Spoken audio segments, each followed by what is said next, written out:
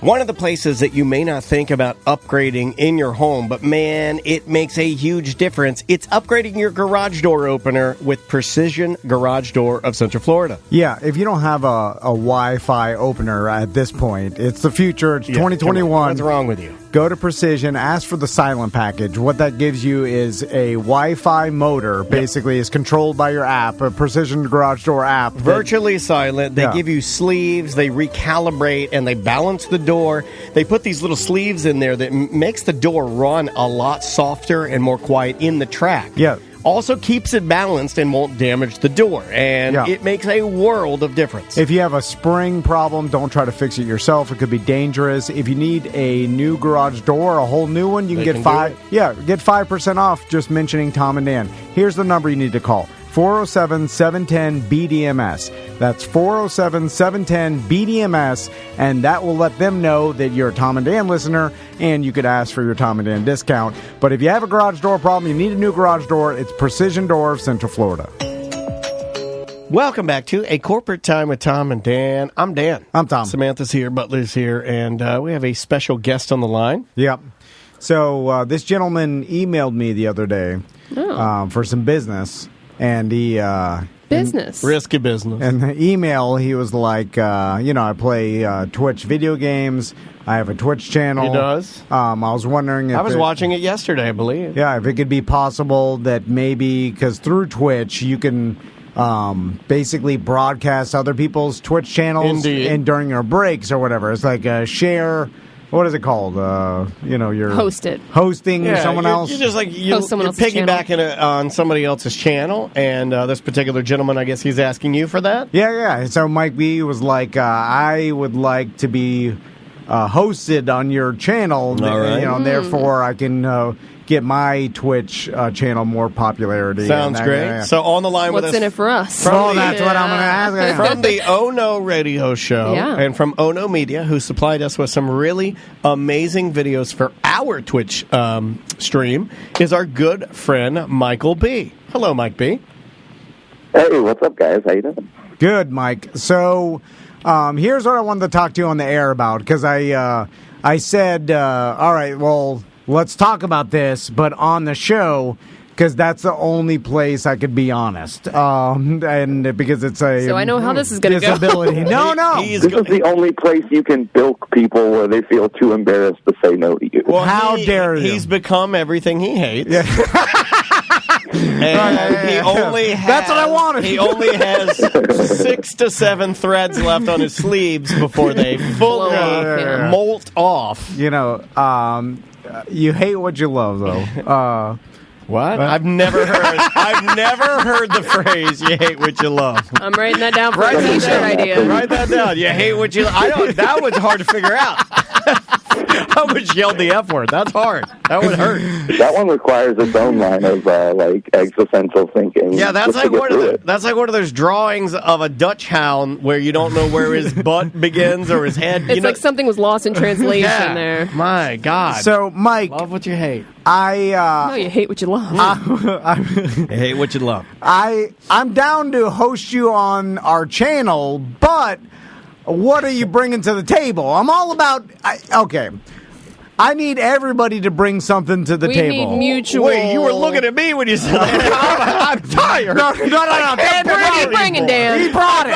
I'm so tired. Dan already brings a little, step-up seat to the table, just so he can sit at it. You know what? Insulting Daniel will not help you.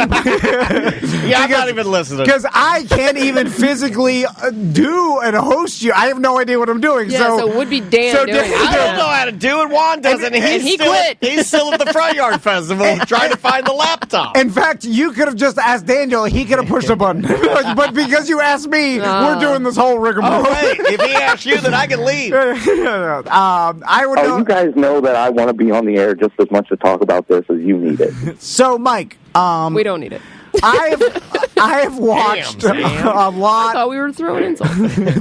I've watched a lot You're allowed. of these video gamers play video games on YouTube. You kind of have to watch it now because your boys are Because my boys love it more than anything. And I love the fact that your boys love it, and I love the fact that you hate it. Wait a minute. You hate what you love. I get it. You worked it out. I told you. I got it. Write that down for the awards. I don't know what it means. But. So obviously, like, the first thing I would do is I'd want to play video games with you guys. You know, I know you guys got the PS4 there. I'm playing Red Dead Redemption right now. Butler took that home. Now you're asking. Hold on, Mike. Bring it back. Pull it back because now you're asking us to get involved. This was about pushing a button before, and now we're willing to have a conversation about that. But now you're asking me to get involved, and I got to sit there. Time. Anyway, Coughing all over us. So Mike, Don't Fauci my Florida. Oh, no.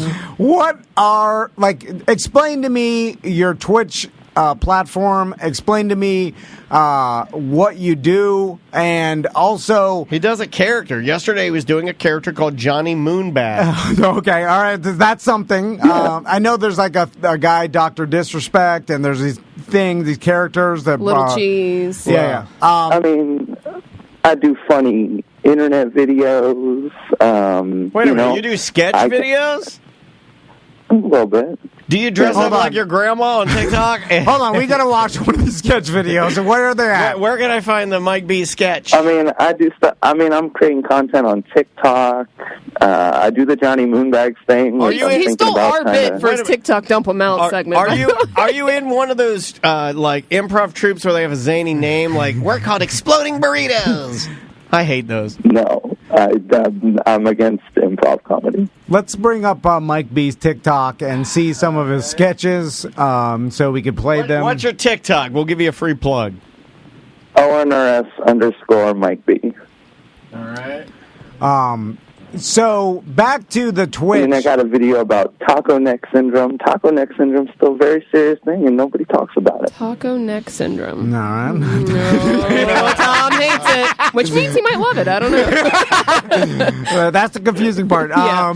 You never know. So while Daniel finds some of these, Okay. I forgot that TikTok just goes whenever Yes, it it wants will. to go. Yes, it I hate will. you, TikTok. You know, obviously, most of it's just going to be video game content. You know, me playing games that I enjoy playing. That's what a lot he of was it saying is. his Twitch. I said, what's your TikTok?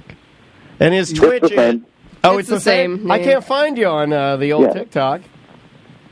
Well, no. You know what, Mike B? I'm not going to have you call in again. So, because Mike, man. here's what I wanted to talk to you about. When you're playing video games on Twitch, which is primarily where we're going to be hosting you, and that's going to be your entertainment, that's going to be hosted on our channel. So I got to make sure it's good. Now, I've watched these other gamers that my sons watch, and there's Preston, there's some guy called Block Party Johnny or something. Block Party Or Johnny. something like that. Anyway, they're talking the whole time, and I'm trying to appreciate their entertainment and their talent, right? Because I could be the old man that's be like, this isn't nothing, but that's a dumb old man. That's what dumb old men said about podcasting 15 years ago. We've heard that before. And so I don't want to be that dumb old man and just look at these kids that are doing it. And by the way, this guy's like the Preston guy that my sons watch all the time now, worth $20 million or whatever.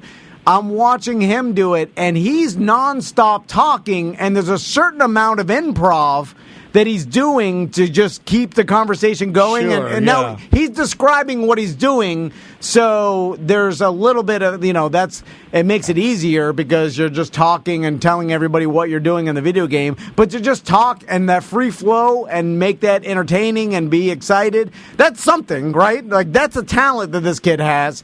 And my sons are just mesmerized by it. They just sit there and watch is it episode him after or is episode. it the game? It's him. Well, you do know that I'm on a podcast as well, and I just talk. Well, right. I want to hear a little audition. I have his TikTok up if you want to. Okay, yeah. Let's see what. So here's the last one. Oh, okay. Okay, here we. Oh yeah, I saw volume's this. off. I saw this on TikTok, and I was How do you afraid turn to the click on volume? Oh, it. you saw me on TikTok? Yeah, but I scrolled right past it because I got embarrassed. I was like, I don't know what he's gonna say, and Oh, damn it, Tom. Oh, I can't play that one. Showing off his oil burn. all right. Here's Mike B. He's on a mic. What's he gonna do?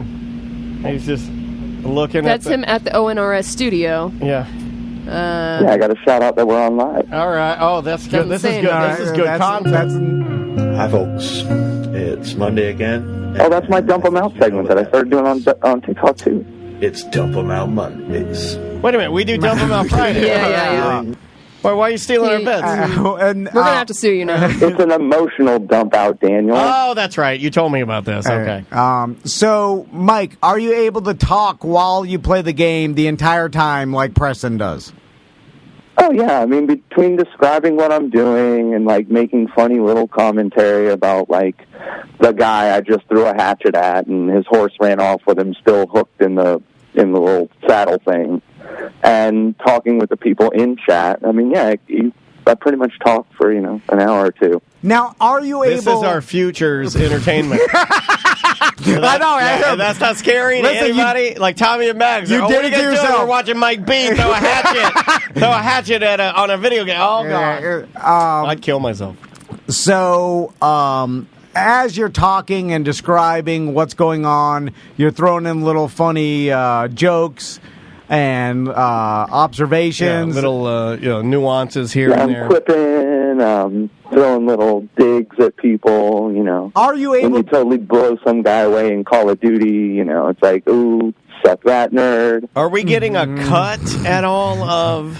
And hard to take a cut of... Nothing. Yeah. But I still want to, though, just so I have a little piece of nothing. So, here's a skill that I've noticed that these people have is they're able to read the chat room and simultaneously continue to talk and interact while they play, and that's a skill that I can't even understand. Like, I never developed that over the thing that's my career, and I don't know how anybody does that. I think the thing that's most impressive to me is that these top-tier guys have, like, the green screen, the graphics. They got little things popping in here, popping out of that. They've got little auto cues for when people donate. They've got branding, and then their merch page is below, and it's like really well done, concise. A lot of those top guys also have like two other people there who are running the production side. Yeah, like some of those guys have teams with them. Yeah, they have a team. Like, we don't even have a team here. Dude, I just remember what I wanted to talk to Juan about yesterday.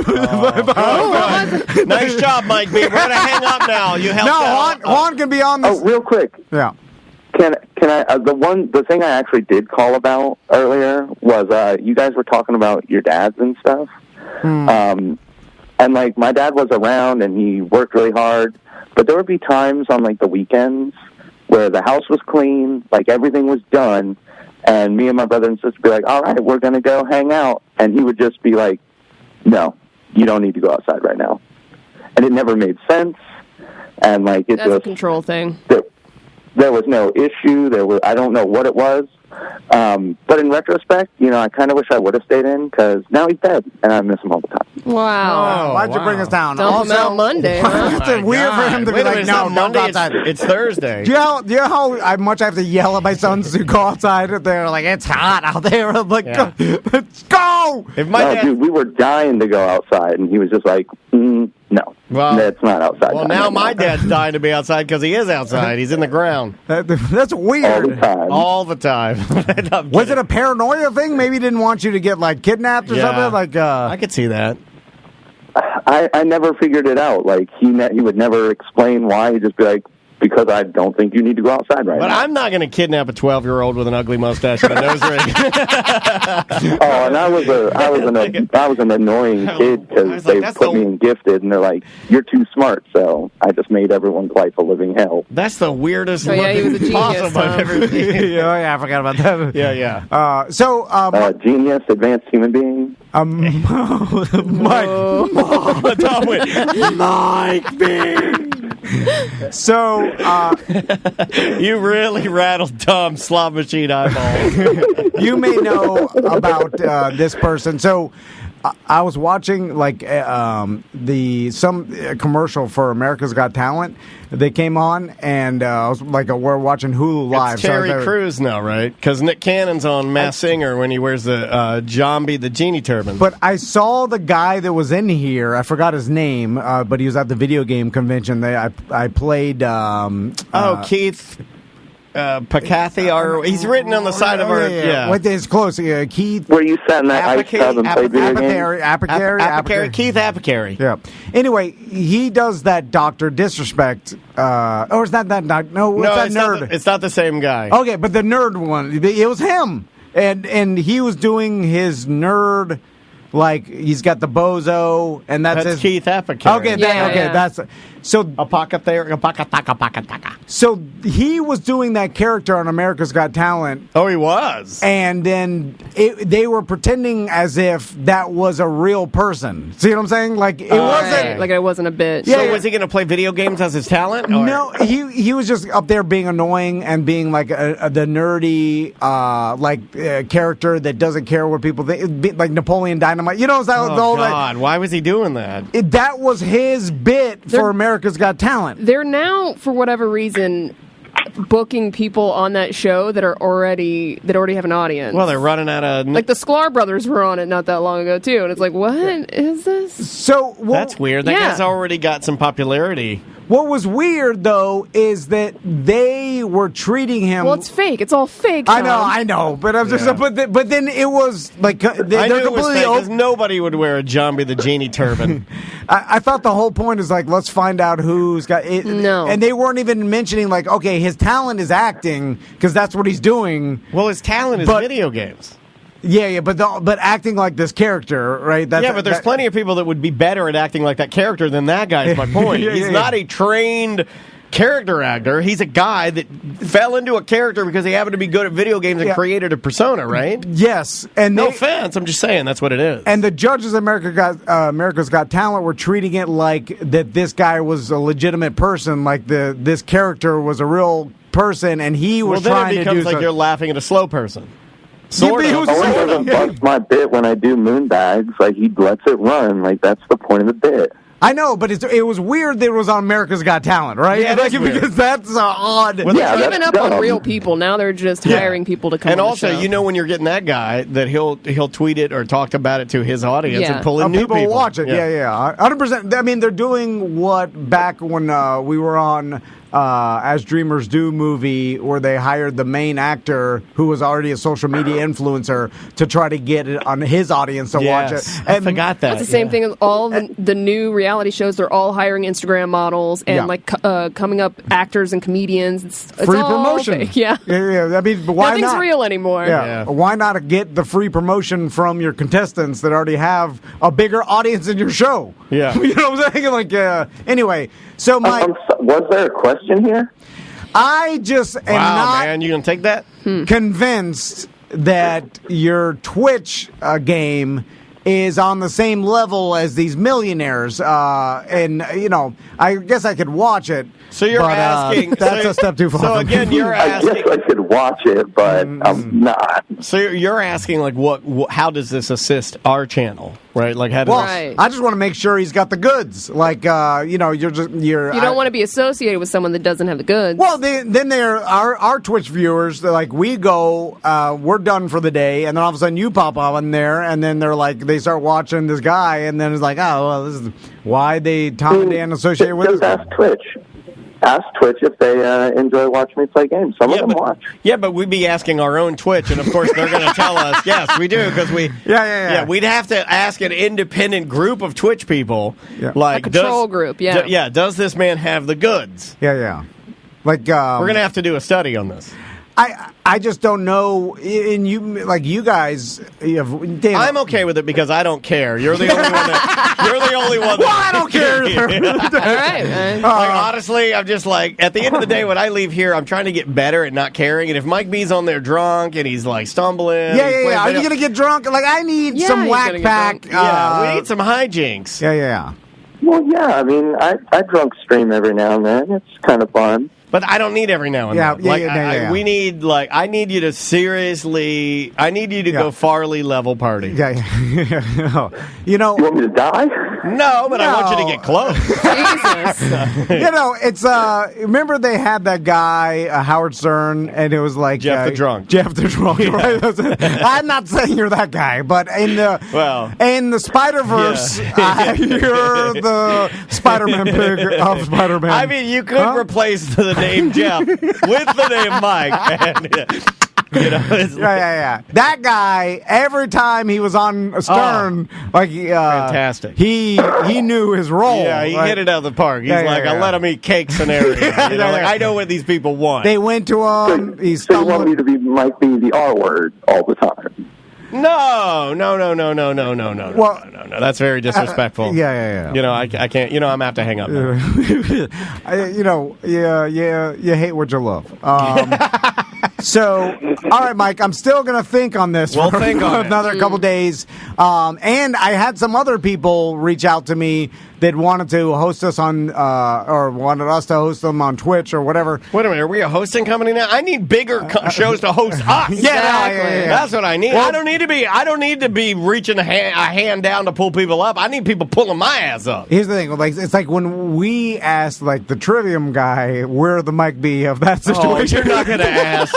Aren't we already hosting him? Yeah, we are hosting Matt Hafey. Yeah, but he's not going to host us because I don't know. He was friends with Lee. I think he also does a lot of stuff that's a little more family friendly. Yeah. He doesn't curse or anything. I don't believe he does. He's a good person, very talented genius. What about, can you do some family-friendly content at the hours we could then push to kids? Can you slur through some children's books? Oh, my God. Yeah, I mean, I'm working on a little puppet show thing. Yeah. Good night, Moon. For kids. Good night, chair. Good night, lamp. Where I give kids lessons, but I'm drunk when I get them. I hate that book, and let me tell you why. Because one of the pages is blank. And I was like, this is a cop-out. They literally have... What book is this? Good Night Moon. Good Night Moon. Oh, I've never read it. And then it's like, Good Night No One or something. Then it's a blank page, and I'm like, you guys are skimping me out of my book money. You just literally have a blank page in the middle of your story. Anyway. Sorry, Mike. All right, Mike. I'll let you know tomorrow. Okay, I appreciate it. All right, buddy. Head up. Yeah. Love you guys. Have a good one. Head up. I know he's tough during these type of interviews, but head up. It went better than you think. Welcome back to Corporate Time with Tom and Dan. I'm Tom. I am Dan. Samantha and Butler are here as well. All right. So last week, I forgot when it was, but... They all run together. Yeah, there's so many. Oh, man. There's so many good ones. And so Butler yelled out, did I ever tell you about that time I was trying to sell a $10,000 bottle of wine or something? Yeah. And then he starts telling it, and I'm like, don't save it for the show. I go half in, half out. Right. Are you putting this under the category of Travis's Tall Tales? Yeah. I mean, as soon as I heard it and the way he said it, maybe instantly not believe it's so true. Some of the greater ones we've heard of are circumventing the globe alone on a sailboat. Yeah. Beating up a Marine was last week, I believe, right? He has part of the Titanic rusticle. The Titanical rust. Yeah, Uncle Dijon's farm. It was a chateau. It was a chateau. Then he tests chemicals for biohazard. He smelled dirt. Company called E-Lab. Yeah. He discovered certain... He was a dirt smeller. Volatile chemicals. Hey, bring the slow one. Smell the dirt. Go make him smell this dirt. See if he starts freaking out. So, what is the story, Butler? So I used to work at Capitol Grill, and you were talking about. Funny enough, you're talking about Dan Snyder, the guy who used to or still owns the Redskins, and. We had a large. It was like a 10,000. It may have been a little bit more than that. It was a 1999 Dom Perignon, but it was in a large sarcophagus. It was a massive bottle of wine. Okay. Like one of those big the big Magnum looking ones. It's bigger than that though. It came in this beautiful. I mean, the box alone like a was wooden box and stuff. Yeah. Okay, so it's like a Mambo bottle of wine, like some novelty. Yeah, and it was just the ongoing bet in the entire restaurant amongst all the staff and in the bartenders. Who to sell it to. Because it was always. Somebody's calling that the double Magnum. So now, who made Never this even again? Heard of that? Dom Perignon. Okay, so Don Perignon. That's a champagne. Made. Who's Don Perignon? Don Perignon. Don, carry on, my wayward son. How do you pronounce it? Perignon. Don Perignon. Correct. That's pretty good. I did not know they made wine. It's Dom. Dom Dom Perignon. Perignon. Call it DP. Yeah. So, I'm just familiar with the champaign. What it is, like Right. a large sarcophagus, massive bottle of oil No, champagne. Tom's saying that it wasn't wine, it was champagne, so you got something wrong right off the bat. Yeah, so it was a magnum of champagne or double magnum of champagne. Yeah, it was. Well, yeah, large mass. Okay, it's that's Magnum. different than wine. Okay, It is that different guy's- than wine. All right, Okay. so I'm not that stupid. I can't say the name, but yeah, they're Dom famous. Perignon. So giant bottle of champagne Yeah. in a sarcophagus. Yes, correct. And did it have a price tag on it? No, It was just displayed in the it was restaurant. displayed in the window of the wine cellar. Yeah. Okay. It divided the two dining rooms. And you're Yeah, like Texas State Brazil has one of those wine cellars where it's like you can see all the wines in these glass kind of areas, and they'll go in there and pull bottles. And then there's actually a double magnum in there from a time when you and I went to Texas State Brazil, and we signed the Dom Magnum. Do you remember that? It sure was me. I Yeah, don't remember it was knowing. you. Okay. It was Why a- did we sign that magnum? I don't know. It was our birthday, and we were working on the radio, and one of the guys was like, "You're drunk at the bear" or something, and No, okay. yeah, that one of sounds those. about right. Yeah, we didn't get anything free though. I remember that. We were drinking that Jingu beer. Jingu? Jingu, yeah. They used to have that at Texas State Brazil. Schwarzkopf, yeah. Oh, such a good beer. Jingu's great beer. Black lager. So this was an item, though, that anybody could purchase if they wanted to. Yeah, absolutely. Like a customer could be like, I want that. But no one never does because it's absurd. Right? Correct. Yeah. It was absurd. It was only ever really pitched to like NFL ball players or anybody like that who came through, big wigs who came through, because it was just an absurd bottle that no one could afford. Gotcha. And what was the price tag? I think it was 10,000. But if you had to even approach that, you had the sommelier. You had to have a sommelier come over, and you had to actually have them talk to them. Sommelier. So Sommelier and summon boo. continue with the story. So we. Oh, I mean, I Some of this could be true. Okay, all right. Like, I believe this bottle did exist. You believe The price of it, I still don't know. It is because- in question. Because Butler Okay. was, for sure, he screamed, I sold the $10,000 No, I bottle said of I wine, or whatever. But he said, and now he's backing out a little bit. Like, I don't know how much money it was. Yeah, I wasn't really there even. I heard it from my buddy. You know what? I'm going to go work on this presentation, boss. So, who came in? Dan Snyder. Okay. Oh, the owner of the Redskins. the Washington football team. Yeah. Yeah. Well, at that time it was the Redskins. Oh, yeah. You're just looking for an excuse to say your favorite word. The Washington football team. He came in, and it was me and there was like 3 other servers because it was a massive table. When you ever had more than like 9 guests at the Capitol Grill, we had a couple servers at the table. At least if it was a high profile. Capitol we Grill's expensive, too. We had Yeah. like Newt Gingrich and a few other people. Newt Gingrich. You have the Newt. what an unfortunate name for a man. Why would anyone do Yeah, that? you know what? What's his last name? Gingrich. Let's throw a Newt on there. Why would you do that? That's not even a name. both It's bad. disgusting. You basically just named a cartoon frog in a children's book. So, what was your sales pitch to Dan Snyder to buy this giant Newt double? Gingrich really wanted to buy this. I mean, I don't remember my exact verbiage, but it was. I mean, it was pitching that bottle. And British accent. We like, hello, Don. Top of the morning, sir. Yeah, you're on. You would go over our specials, and you go over the menu items, and then you would pitch anything that you were told to pitch by our chef or the expo or whoever was running the kitchen that day. And then you try to pair it with whatever you possibly could, and that was just one of these. This Caesar big D salad moments goes best where you with try to 68 glasses of wine. you would mention it at the end. Champagne. Hot champagne that's been sitting in this novelty bottle for Sir, 8.5 years. To pair with your redneck egg rolls, might I suggest a jumbo mega magnum of champagne? Now, did he politely decline your offer, or did he No, actually, turn to one of his assistants and say, get this R word away from me? he didn't say he's a word the entire time. His wife ordered everything for him. Oh, that's what I do. I like that, by the way. I just sit there and my wife's, he's too stoned. I just got to sit there, my head just kind of bobbling back and forth. That's called getting the nurse. Sweet.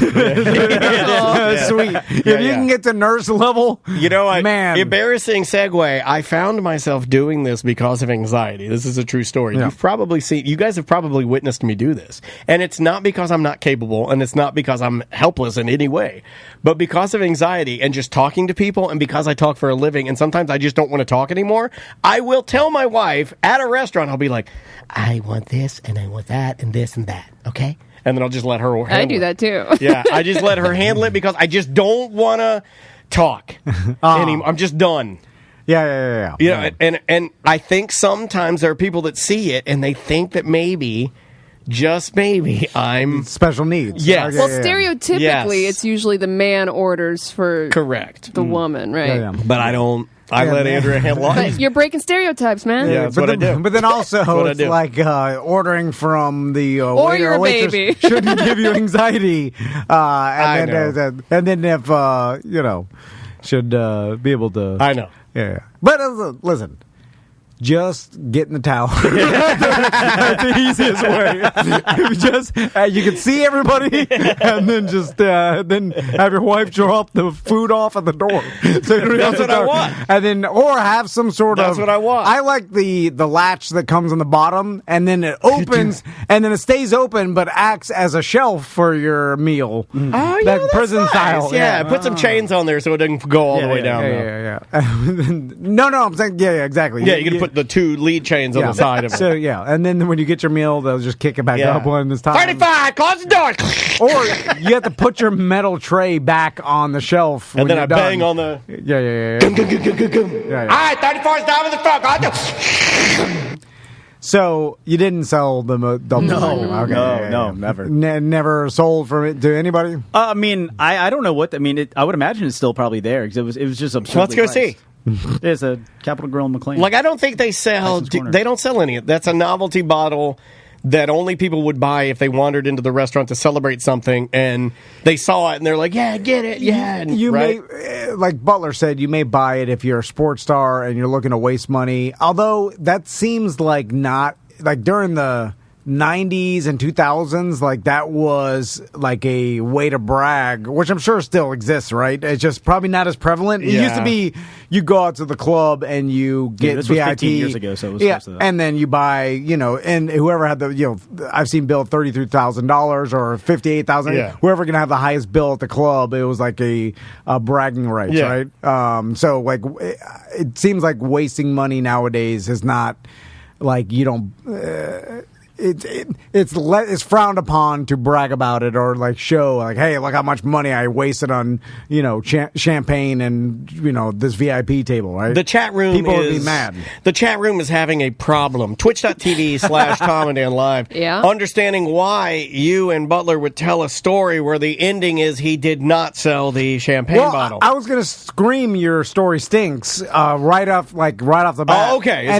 But then I stopped myself because I was like, maybe I'm being too mean. Maybe the people, because the times have changed. They're like, why are you being mean to this guy? He's just trying to tell you a story. And it's I was like, maybe I get gun shy sometimes because I want to scream, this story stinks. How were you feeling? Why'd you even think it was good? How were you feeling while you were telling the story? And now that you've been here, how long have you been here now? You've been here about 6 weeks now. How do you feel about the way we treat you? Okay. There's a problem. I feel the problem there. How were you feeling when you knew you were going to come in to tell the story and you knew that Tom already had an insult basically loaded? How does that make you feel? Like Dead Man Walking. How didn't you think to yourself, well, there's no ending to the story. There's no payoff. There's no payoff. Well, there's no beginning to the story either because really something would have to happen for there to be a story. Yeah. Like, saying, one time I saw Dan Marino. It's like, all right. And then I'm like, where? And you're like, on TV. And I'm like, oh. Or even in real life, like, he was walking to his car. I'm like, all right. That's it. He's walking to his car. That's the best you have. A parking lot of a Sonny's barbecue. Well, in my defense, you did pull me in here to talk about it. Well, because you said, "Hey, did I ever tell you know what? Did I ever tell you about the time I almost sold a bottle of wine?" And then we're like, "No, tell us." And you're like, See, when I almost sold a bottle of wine. And then we look at you and we're like, "That's not good enough." I see what you're saying. Yeah, it's our fault. But why'd you even bring it up? Why'd you even say, "Hey"? It was in context on Friday after the show. I said something, and I think you were bringing up something. I was like, "Oh, I think I almost sold a bottle of wine to Dan Snyder or something." And it had to do with like Dan Snyder. Yeah, it was a Dan Snyder thing. Okay, we brought up Dan This is Snyder. not Butler's fault. This is your fault. Because you know it's going to be bad. No, this is back on Butler. Okay. Here's why. All right, Here's why. I worked it out. I was like, is it my fault? Is it not I feel like my Sam fault? and I are staying relatively neutral. I'm trying to figure it out. I'll admit when it's my fault. Okay. Here's why it's not. Because then when he said, "Did I ever tell you about the time I tried to sail a bottle of wine?" Every time that time I tried to sail around the world. Dan Snyder or whatever. And then I'm like, no, but save it for the show. Here's why it's Butler's fault. He should have followed that up by, it's not that good for the show. Yeah, I'm with him. So, see, Yeah. Butler's fault. Butler's fault? I vote But Butler's Butler fault. has chopper confidence and feels like every story he tells is Oh, good. that's also true. Also true. Yeah, but he Because- should have known. Because there was a semi-celebrity involved, a very high-priced item. To that, to him, it's exciting. recognizable name of restaurant. Here's why it's still Butler's fault. Okay, all right.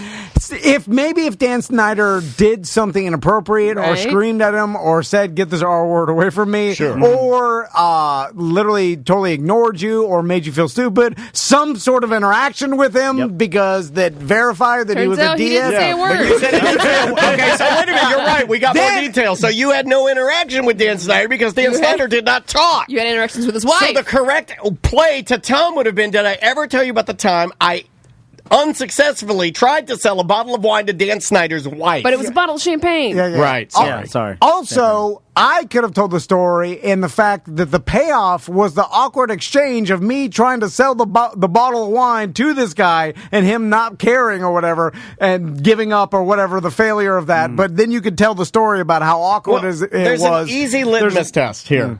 Raise your hand if you have not sold a bottle of wine to Dan Snyder. That's everyone. All in the right. room. That's everyone in the No room. story here. Right? I'm just saying. We're more alike than we are different is all I've been trying to say this entire pandemic. He didn't talk to you. He didn't. Was a rude. Nothing happened. The story was you saw Dan Snyder at wherever Tutu Tango, whatever Capitol Fine Grill. establishment. I love Tutu Tang. It's just almost nothing. It's nothing to it. Hey, since we have a couple of minutes here, I think we have like 4 minutes or so. Let's discuss. This is related, unrelated. You mentioned Tutu Tango. We got to pick where we're having our Christmas party. Well, I thought we were doing a Christmas escape No, room. I want to do just the show.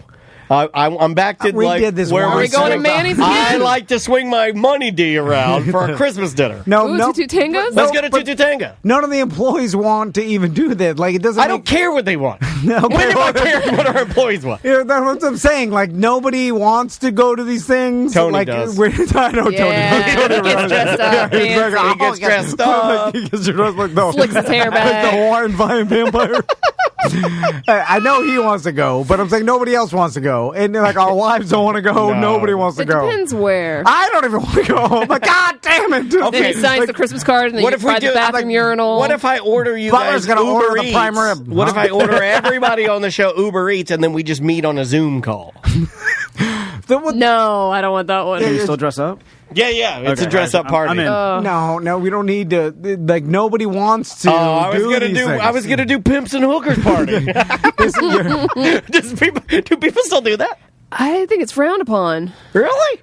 Yeah. Honestly, would you guys Go to a pimp and hooker party? appreciate if we had a like Christmas? I want to send nice Dinner. invitations, and then they will meet us at No like one wants to do that. Christner's. We'll meet us at Christner's, and we have a nice dinner, and we cheers to a new year, and then we sing. That was nice when we went and saw Kostya. Kostya. Yeah. That's a dinner show, Yeah. and I feel Let's like do a dinner show. I'll do dinner. I'll get you 2 for 1 at Sleuths. I am all in. I've always wanted to go to Sleuths.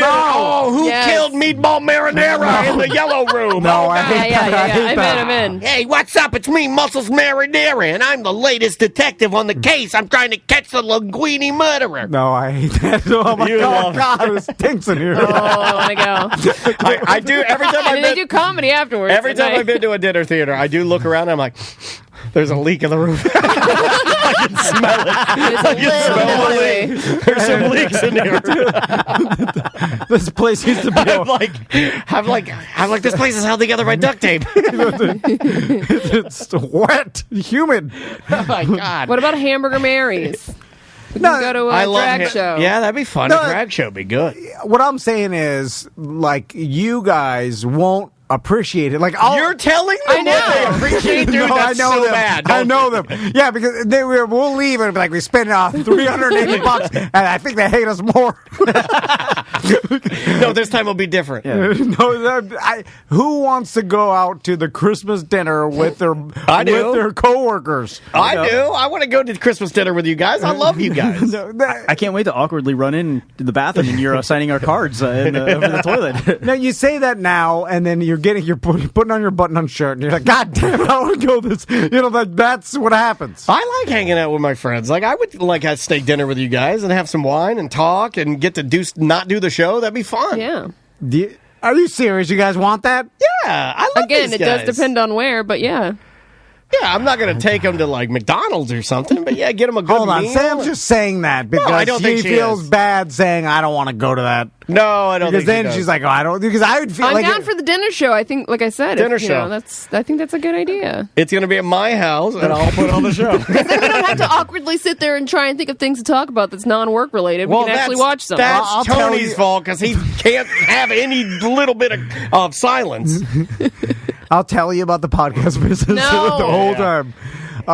While Butler's wife sits there uncomfortable. She won't. I know she doesn't want to be there. No, she but definitely doesn't. I'm not even factoring None her of the in. wives- No offense, but My husband didn't even come last time. He's the smartest one of all of us. And then my wife's like, oh, Travis got to get out of this in the car on the way home. And that's when you got in the wrong Uber. Remember that? Yeah. Some old man's truck. Yeah, he was the smartest one. I'm not going to So that. no ass. Christmas party. I'm still in. You just got Nick's Christmas dinner. I mean, if everybody wants to do it and legitimately wants to, I'll but water it down. You gotta Christmas lunch, no wives. Okay, you got to put Christmas lunch. Then we're just gonna all get hammered at Ale House. Yeah, that's basically it. Yeah. Everybody's got to put a yes or a no in like an anonymous box so that we know that. No, because we should be. It'll be one no and it's Why, wrong. why can't we? It'll be you. Misspelled. It'll be one piece of paper and it'll spell lowercase KNO. And I'll be like, well, I know who's not going. And you had to have Max write it for you. God damn it! All right, bye. Welcome to A Corporate Time with Tom and Dan. I'm Tom. I am Dan. Let's do some weird job. Let's do it. Tom wanted to do a bit. He called it Weird Job Wednesday. Dan really likes it. Tom says that's bullshit. It's another Weird Job Wednesday. What are you doing? What is your job? Are you neat? Are you tidy? Or are you a fat slob? Do you make lots of money and you sit up in your tower looking down on all the people who are working by the hour? It's a Weird Job Wednesday. Just another Weird Job Wednesday. Oh yes, it's Weird Job Wednesday. Just another Weird Job Wednesday. Thank you, Tom. Thank you. Weird Job Wednesday brought to you by StreamlineFlorida.com. If you're looking for a refi or a mortgage, use Streamline. And if you do use Streamline this year, you could fill out the form on tomanddan.com and get a free Gabriella plant mailed to you. Awesome tropical house plant. Yeah, man. And if you use Gabriella plants, use promo code Tom and Dan for 15% off. There you go. So we got a Weird Job contestant, Lisa, today. How you doing, Lisa? I'm good. How are you? Hey, welcome to the show. You automatically, like just out of you saying, your greeting, I can tell you're a no-nonsense, super smart, intelligent human. It's true. So, I knew it. What's your job, Lisa? This is a former job, so I'm a HR person by day, but living in Seattle during the winter, I get a little bored on a rainy weekend, so sometimes I pick up random jobs, and an old one that I had was working at an escape room. Oh, yes! Oh, man. So, when you are an employee at an escape room... I love dumping on escape rooms. I love dumping on them. I've never done one. I did one right before everything shut down last year, so that's good. At least that was your final memory. Yeah. At least your final memory of entertainment was something super lame. Mm-hmm. So, what does an employee at an escape room do?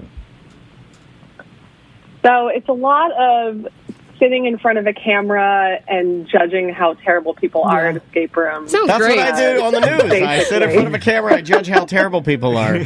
So what do you got to do? Get in there, move the key up. You got to move the force. Move the dice into the grandfather clock. Exactly. Hold on, I knew it. I knew it. Oh, we got to switch it up this week. Oh, what are we going to do? Oh, well, this week you got to put the needle in the thread in the grandfather clock, and you got to put the cheese and the mousetrap. You got to put that inside the armoire. So, does the employees at escape rooms watch people on video camera? Yeah, because you can get clues if you get stuck on a puzzle. Yeah. Oh, they help you? Some teen has to pipe in. He'll pipe in. He'll be like, the needle of the thread might be in the grandfather clock. I didn't tell you that. Hold on. I thought the whole point was you lose, and then that's it. That's the game is over. I want you to be locked up for a series. I want you to have to spend a night in a warehouse. You can't get out. Yeah, that would be a real... They probably have one where you have to sign some waiver, and it's 24 hours. But I hate the fact that everyone... The worst thing that's going to happen to you is you're going to take a picture later with a cardboard sign that says, we didn't figure it out. And that sucks. Have you ever seen anyone absolutely lose their crap because they couldn't figure something out and families get in fights? Yeah, absolutely. I think the craziest ones are, we always give kind of the spiel at the beginning of, every clue that you go to is going to be easily accessible. You're not going to have to use strength to move things or whatever, right? And I mean, the amount of what kind of macho guys? So, the macho guys that are in there trying to move, the bolted grandfather clock off of the wall because they know the clue is, in the wall behind it. The map's behind here. I know it. Yeah, exactly. Yeah. There was a guy once, there was kind of a paint spot or whatever on the floor, and this guy sat on the ground for 30 minutes of the hour, convinced that paint spot was a thing, and was just trying to chip away at it. And I'm like, stop. Sir, please stop chipping our paint. Oh my God. What a great Saturday afternoon. You guys want to go to Ale House after this? This sounds terrible, my God. And did you guys have the folklore? Did you have somebody, whoever the owner was or somebody that... But what I really hate is when they go way far into it, meaning they try to sell the old legend. Okay, so I show up to the escape room, and the person comes out and they're dressed like an old man, and they're like, "Welcome to my whimsical curiosity shop." Yeah. And in here, years ago, my grandfather passed away and left his map somewhere. And I'm just like, "Oh God, please stop!" Yeah. No one cares. Did you have to do some sort of act? No, thank God I didn't. I know there's a lot of, you're saying, Dan, a lot of escape rooms out there that have, people and characters that stay in the room with you the whole time and, try to add some essence to it. But luckily it was just... Hold on, you got a call coming in. Lisa, you got a call. You can take it. We'll wait. It might be us, actually, with the new phones. It's not me. It wouldn't surprise me if Spectrum... It's Mike B trying to call on the other line. I guarantee you I'm going to have to go in there and reset all of our settings because Spectrum decided to reset them when we got our internet upgrade. I thought, who's got call waiting nowadays? Apparently we do. Anyway, so how long did this escape room last? As far as how long did the average person take to finish it? What is it? An hour or so? Yeah, so you have maximum time as an hour, whether you figure it out or not. Typically, if someone was, really good, they might get out in like 45 minutes. But typically, if people were getting out, they were like right at the clock. So, like, is this a series of puzzles that the escape room purchases from Big Escape Room? Yeah, tell us the secrets, just because I'm sure you have don't one care. right across the street over here. Yeah. So when you go in, what is it? What's the first clue? The first clue. Oh my God, it's been like 3 years. I can't remember.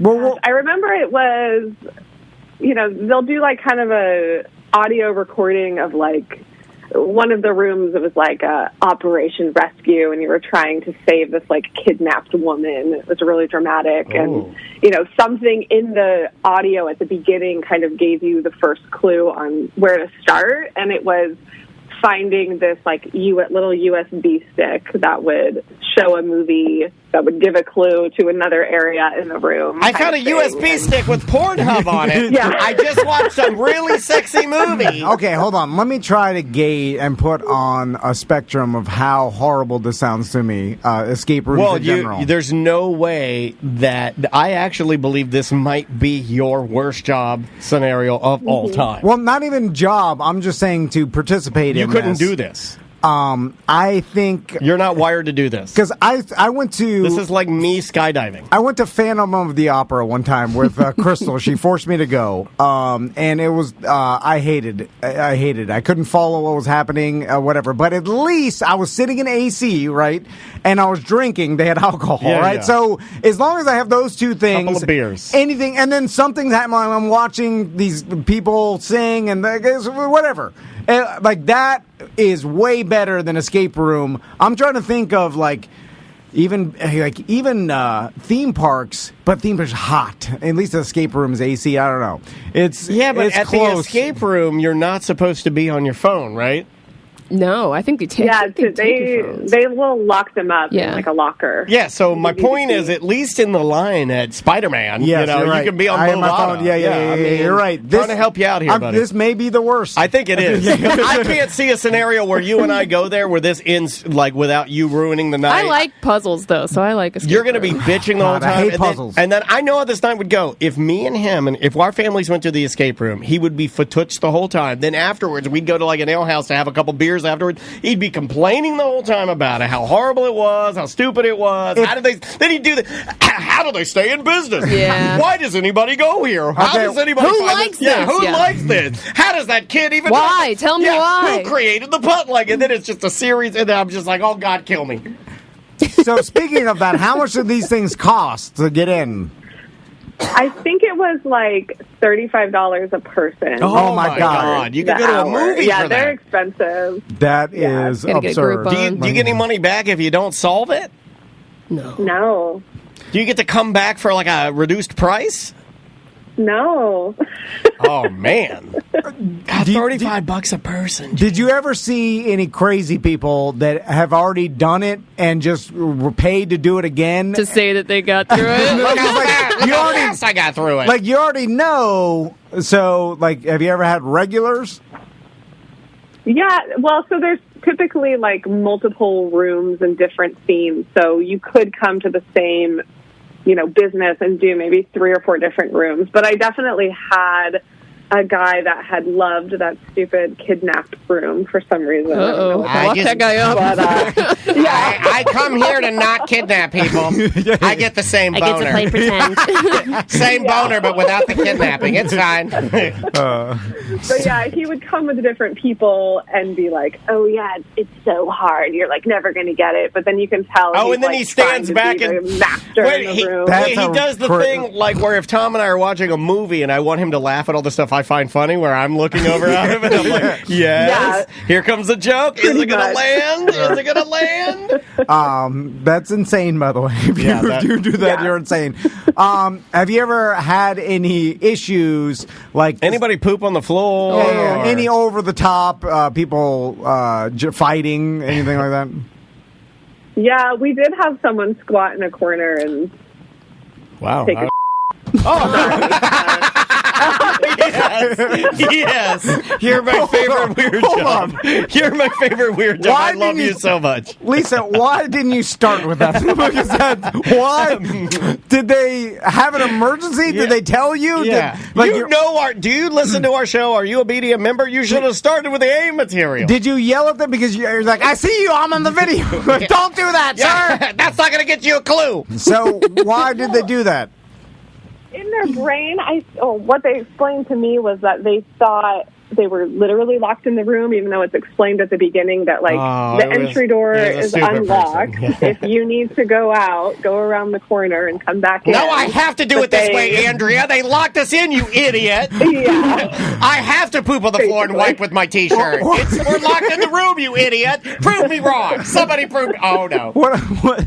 So, did you try to stop him on the video? I'm surprised you see him going for the pants, and you're like, what are you doing? Yeah. Did you like, sir? You interviewed this person afterwards. I would just ask them to leave and never want to talk to them Did again. his family try to stop him? Did anybody try to talk sense into? You got to tell me more details.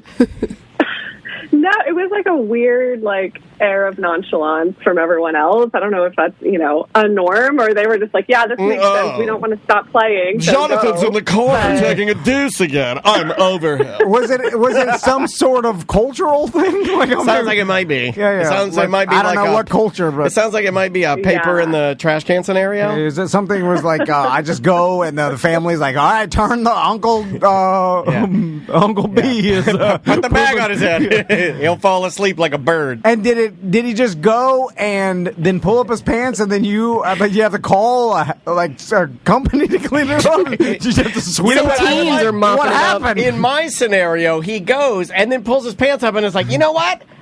I got it. And he figured out the puzzle. He's like, I know where the keys at. It's in the armoire. Did you have to emergency stop what happened? No, I just ran in and was like, no, don't do that. You ran in. You're brave. Yeah. You're a first responder. I mean, who runs in? Are you a crazy person? You don't run into a room where a person has their pants down and they're going number 2. You don't run in there. So you stopped him before he actually went. You're a good employee.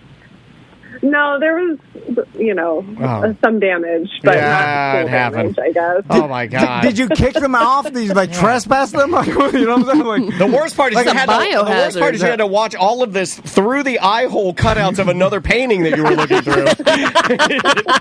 Just so he wouldn't see you. Yeah. They all had to leave, right? I mean, did you have to... Stinks! Ladies and gentlemen, guys, everybody, I'm going to have to ask you to put your Sherlock Holmes hats down and put your pipes down. This is over. Put your pipes down. Sir, put your pipe down. You're out of here. Watson. Yeah, they amazingly, weren't embarrassed enough to leave, but we moved them into a different room. No! You lose your chance. You're a good employee. If you go doo-doo in the corner, you're done. No, she's a good employee. She's saving every dollar. If I were your boss, you would get a medal for saving the money, but man, that's a rough one. No, hold on. You're a good employee. Some radio listener got banned for life from a cruise company, and then he's not allowed to go back to Bermuda because he poo-pooed in the hallway. A poo-poo ship. No, the ship was listing and he fell in it, and then he fell asleep. There's more to it, and I believe he was sleeping in the hallway with his pants completely off, nude, laying in the doo-doo for hours. So, how much does this job pay, Lisa? A couple years ago. Oh, I think it's $15 an hour, minimum wage. All right. That is good. Minimum wage isn't that much yet in Florida. We're still working our way up there. Out here, yeah. So not bad. That's a good one. Although you got to deal with doo-doo. People that doo-doo on the floor. Should that be the new question we ask every weird job? How often? Because it seems like to me that this one maybe wouldn't have had doo-doo. I was throwing that out. That was a shot in the dark. Yeah. And it happened. Almost every job has a doo-doo story. If you are at a job for over 2.5 years, you have a doo-doo story. My God. It's accurate. My wife used to be the manager of children's section at IKEA, and every day was doo-doo day. Oh, I bet. Every day was doo-doo day. You in no matter what job it is, you've had some encounter with your coworker. We've had it here where we've had guests come in and drop it sideways in there. Anyway, so Lisa, thanks for telling us your story. You're a hero. Did you have to clean that up, or did you call a company, or what? Oh, I made someone else do it. I'm not touching that. Oh, okay. I don't blame you. It seems like you would have no one below you in that kind of job. Yeah. So how did you get the new guy? Yeah, and if you were my coworker, I'd be like, I'm not doing that. Yeah. Like, He just started, there's no way. I don't care. Maybe if the boss tells me, I may think about it, but still probably not. I'd be like, nah, it's a biohazard. I'm like, this is not part of my job. No one signed up for lie, that. right? Doo-doo cleanup's not the job description. You lie. You're like, one of the guests' little dogs made a mess in the corner. Go clean it up, Jerry. And he's like, oh, okay. Oh, yeah, get the dumb one. Did you get the dumb one?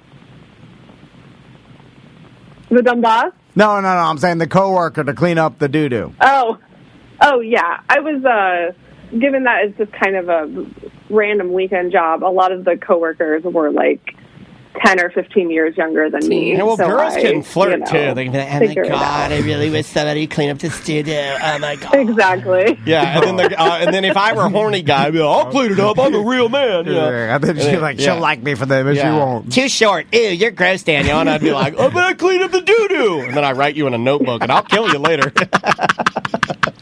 All right, Lisa. We'll talk to you later. No, probably won't. We probably won't. Yeah. This is the last Thanks time for you'll talk to us. We'll never talk to you again, but we do care about you. No problem. No, all right. We didn't thank you, but that's all right. You're welcome. Bye, guys. Bye-bye. Bye-bye. She's great. That was a great one. Yeah. Who would have ever guessed that at the old escape room? You know what's funny is that you and I bond over our hatred for escape rooms. I think we should do a go-to show. You're the only one that wants to do What it. if we do next year for a BDM show? It'll be a go-to 420 show. We do some toots, then we try and go and solve the puzzles. I would, because at least she'll be high, right? Look, I'm game for anything. I'm just telling you right now that you're gonna have to go to find something that moves Tom's needles for go-to shows. Mm-hmm. The escape room to me, first. There's nothing. So I can't. I wonder if they'd release the video to us if we asked them. I mean, if we waited until like the last day, if they were like retiring a show or something, right? Yeah, because you don't want people to get the secrets. Yeah, but probably, if we talk to somebody, it seems like you would do an escape room if you are literally out of things to do. You have no idea. You're like, what should we do? Escape room? I mean, you know what I'm saying? Is it?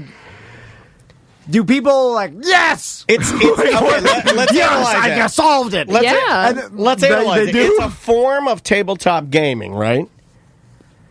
It's real life Clue. Yeah, right? but it's like a big version of like a board game, right? Mm-hmm. It's what you're doing, and it's like you're not competing against each other. Right? No, you're working together. You're working together, so there's like that kind of a thing. Like, I can't see you unless your boys get into it, and even then I can't see you getting into, like, let's say Tommy. My boys wanted to do it, I'll just do it. Tommy would be the odds-on favorite for doing like an adventure game or role-playing game with me. Like, I can see him doing that with me. Like, I'm into that kind of stuff, and like creating the character, doing the voices and stuff like that. Yeah, I can't see you hitching your wagon to that ever. No, I'll do it. Not your thing. If it makes them happy, I'll do anything. I'll, I know. That doesn't matter. But I'm with you guys, other people. If they've been like, let's go to escape room, I'm doing like, no. I do like get any games. enjoyment out of that. I love video games. I love games. I like playing board games with my family. But I think it'd be funny just to hear Tom complain on the air about it. I mean, I would too, but like there is a part of me that thinks that all of these escape rooms are too easy for me, and that I'm a genius and I can solve all of them. They have varying levels of difficulty. But you're not understanding me. I have convinced myself that no matter what level they put it on, it can go the highest level. I'm too good for the escape room. Let's do Team Sam and Dan versus Team Stony Baloney Brothers. That's not fair. We'd have to split it up. See, we'd have to split it up. Butler's the weak link on that one. I'm sorry. But people not because he's not smart. I don't know, but Tom can't read. Not because he's not smart, but Butler, he gets distracted so easily. So easily. So does Tom. Yeah, that'd be bad. I want to know what the clue. Okay, so you did this. Yeah, I've done it a couple times. You walk into a library, a spooky library, right? Yeah, they got to change. I want to. Well, they have different themes. I don't want spooky. One was like a zombie wood cabin, cabin in the woods. I want boring one. I want boring escape room where I walk in and they're like, "You don't know what to have for dinner tonight. Figure it out." I'm like, "All right, I'm in it. Let's do this." So what do they tell you first?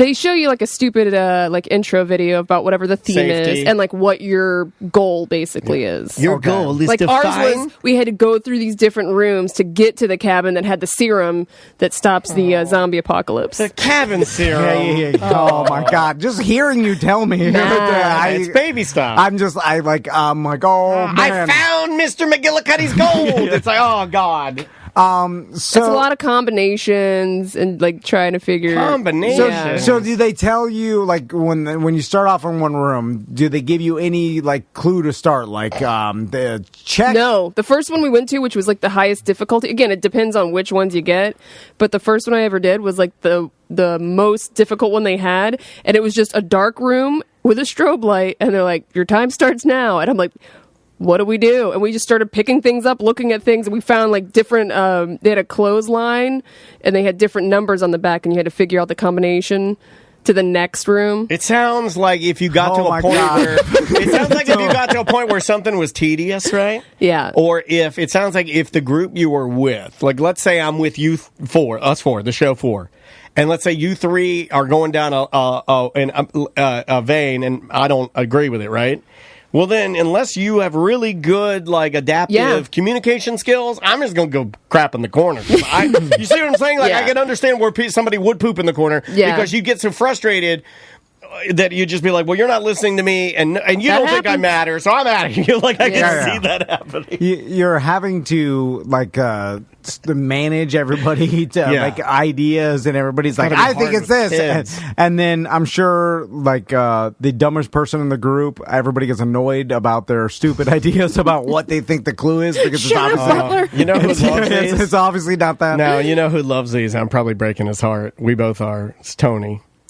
Tony loves this game. Oh my God. I believe he has time anxiety like me. Oh my God. That's the only time he feels alive. It's like skydiving for him when he's in an escape room. I bet you it's like skydiving to him. He's like, this is like, I've never felt more alive. So is the...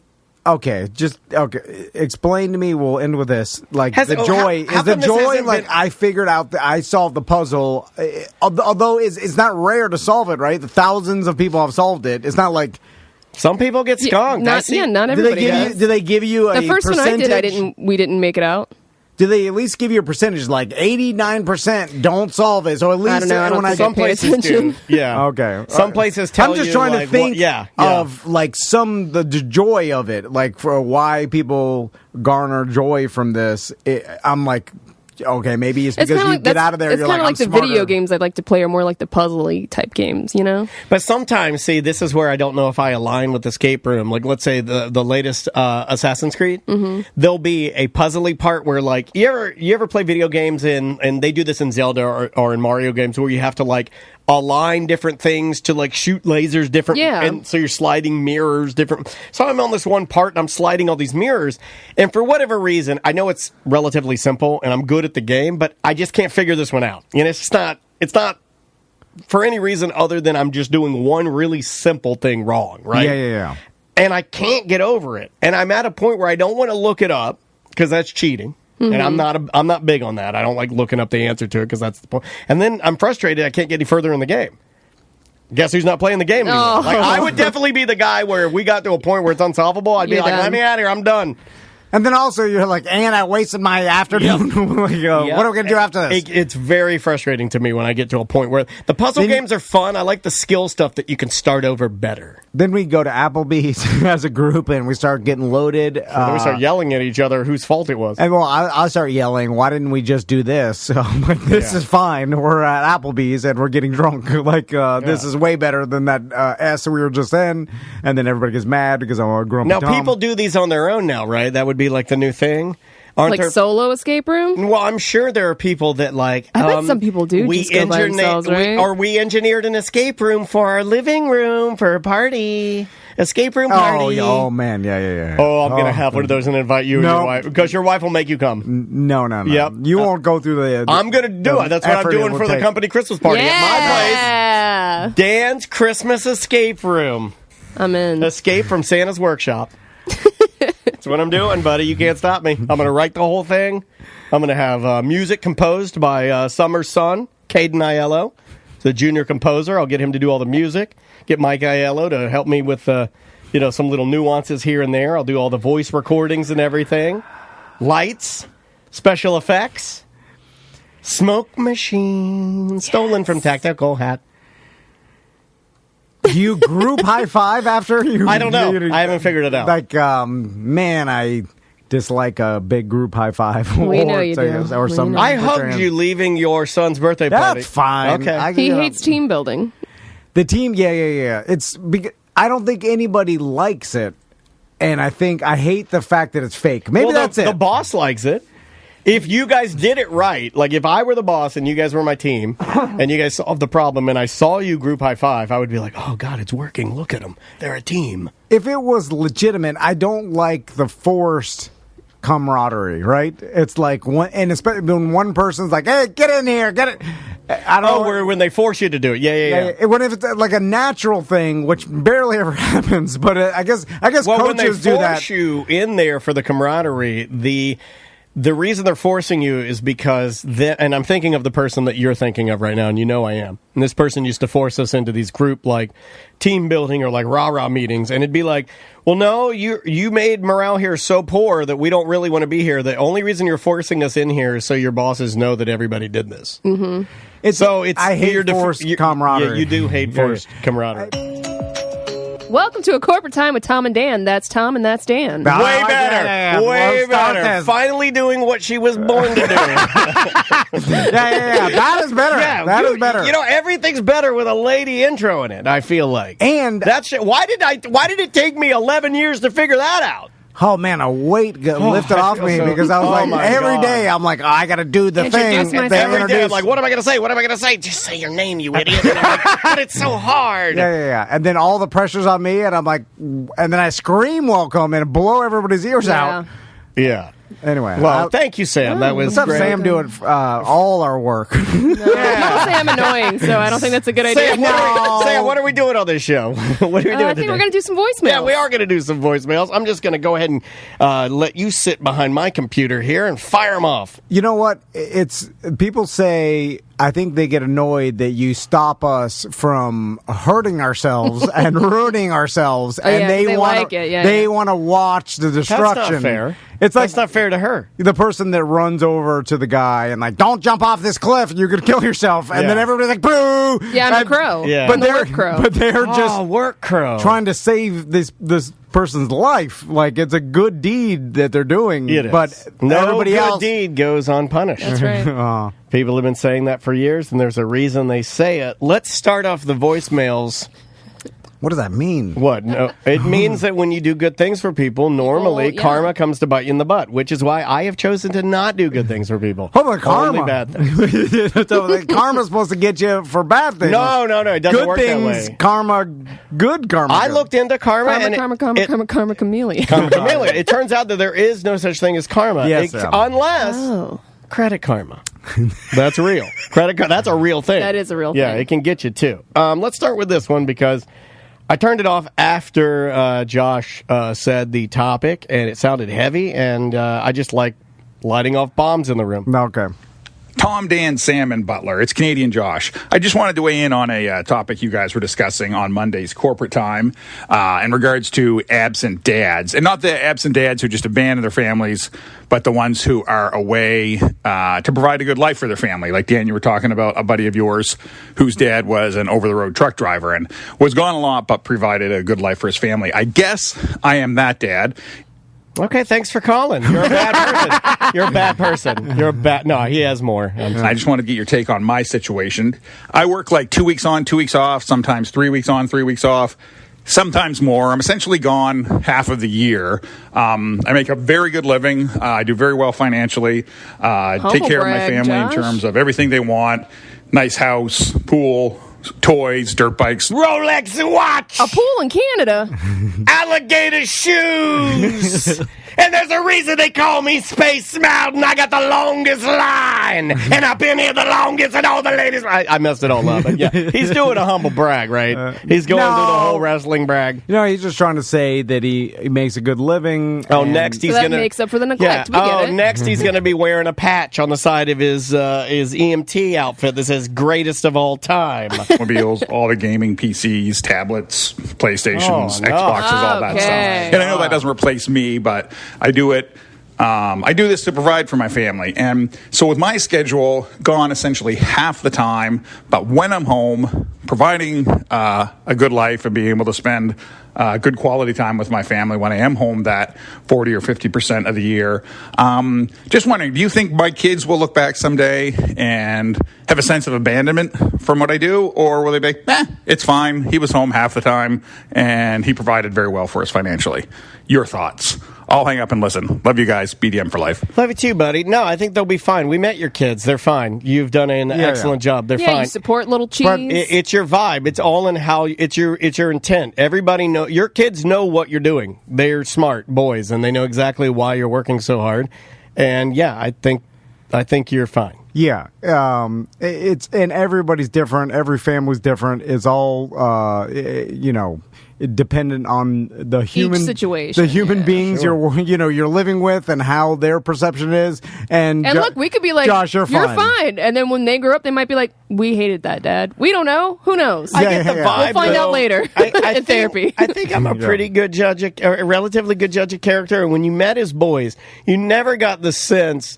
Well, the older one did hate the fact that his dad dragged him here. Maybe, but he didn't hate his dad. No, you could tell the vibe. Like you could see kids. Trust me, because we live on a street, because we work on a street where there were. I think they're gone now. We may have run them off. There were a bunch of counseling centers here, so we would see a lot of kids walking with their parents, and you could always tell, but just by simple body language, which kids were having a tough time with their parents, and Josh has none of that.